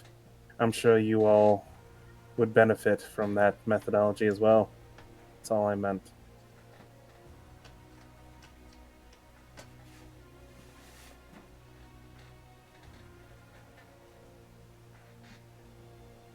I'm ready to go when you all are. You all gonna head out? Going. Okay. Yeah. We're gonna end here in a second. I just want to get you guys to the page and up the mountain. So sorry. As you all ascend up the mountain and start heading toward the temple, as you walk into the woods, following the path. As you do, you walk for a half hour until you are before what looks like a large set of stone stairs. And you start ascending the stairs, I imagine? As you start ascending them, another half hour passes as you walk up to the top of the stairs, as you find yourself ascended up a good portion of this mountain outside, and before you, a massive temple built into the side of the mountain, with two statues of what look like that depiction of Erithus I described before, and the symbol of Erithus hung atop the entryway to the temple. And that is where we're going to call session. Wait, so, sorry. Just one statue looks like Erithus. Both and statues the other... look like Erithus. Okay, so there's just one statue stationary, and then another one on the top of the. No, the one at the top of the building is a symbol of Erithus. It's not a statue; it's more of a symbol carved into it. And then there's two statues at the entrance. Two Erithus statues. Yes. Gotcha. And I'll describe more at the beginning of next session when we pick up and you guys begin your delve into the Temple of Erithus. And begin. It would also be the 15th now, right? Yes. I'm going to change the date in a minute. As that's going to be the session. I hope you all had fun. Sorry we went a bit later. No, it was only 10 minutes, but nonetheless, I know some of you guys are pretty tired. Hope you all had fun. I hope you enjoyed the caravan and such. As I'm going to say goodbye to the stream very quickly, and then I'll be right back, okay? Anyone wave goodbye or say goodbye? So give me 1 second. Be right back in a bit. Where am I? Thanks for watching along, those that did today. Hope you enjoyed it. I'm tired, so I'm going to keep this short. If you liked, chime in next week, follow and such. Have a good night. Talk to you later. Bye.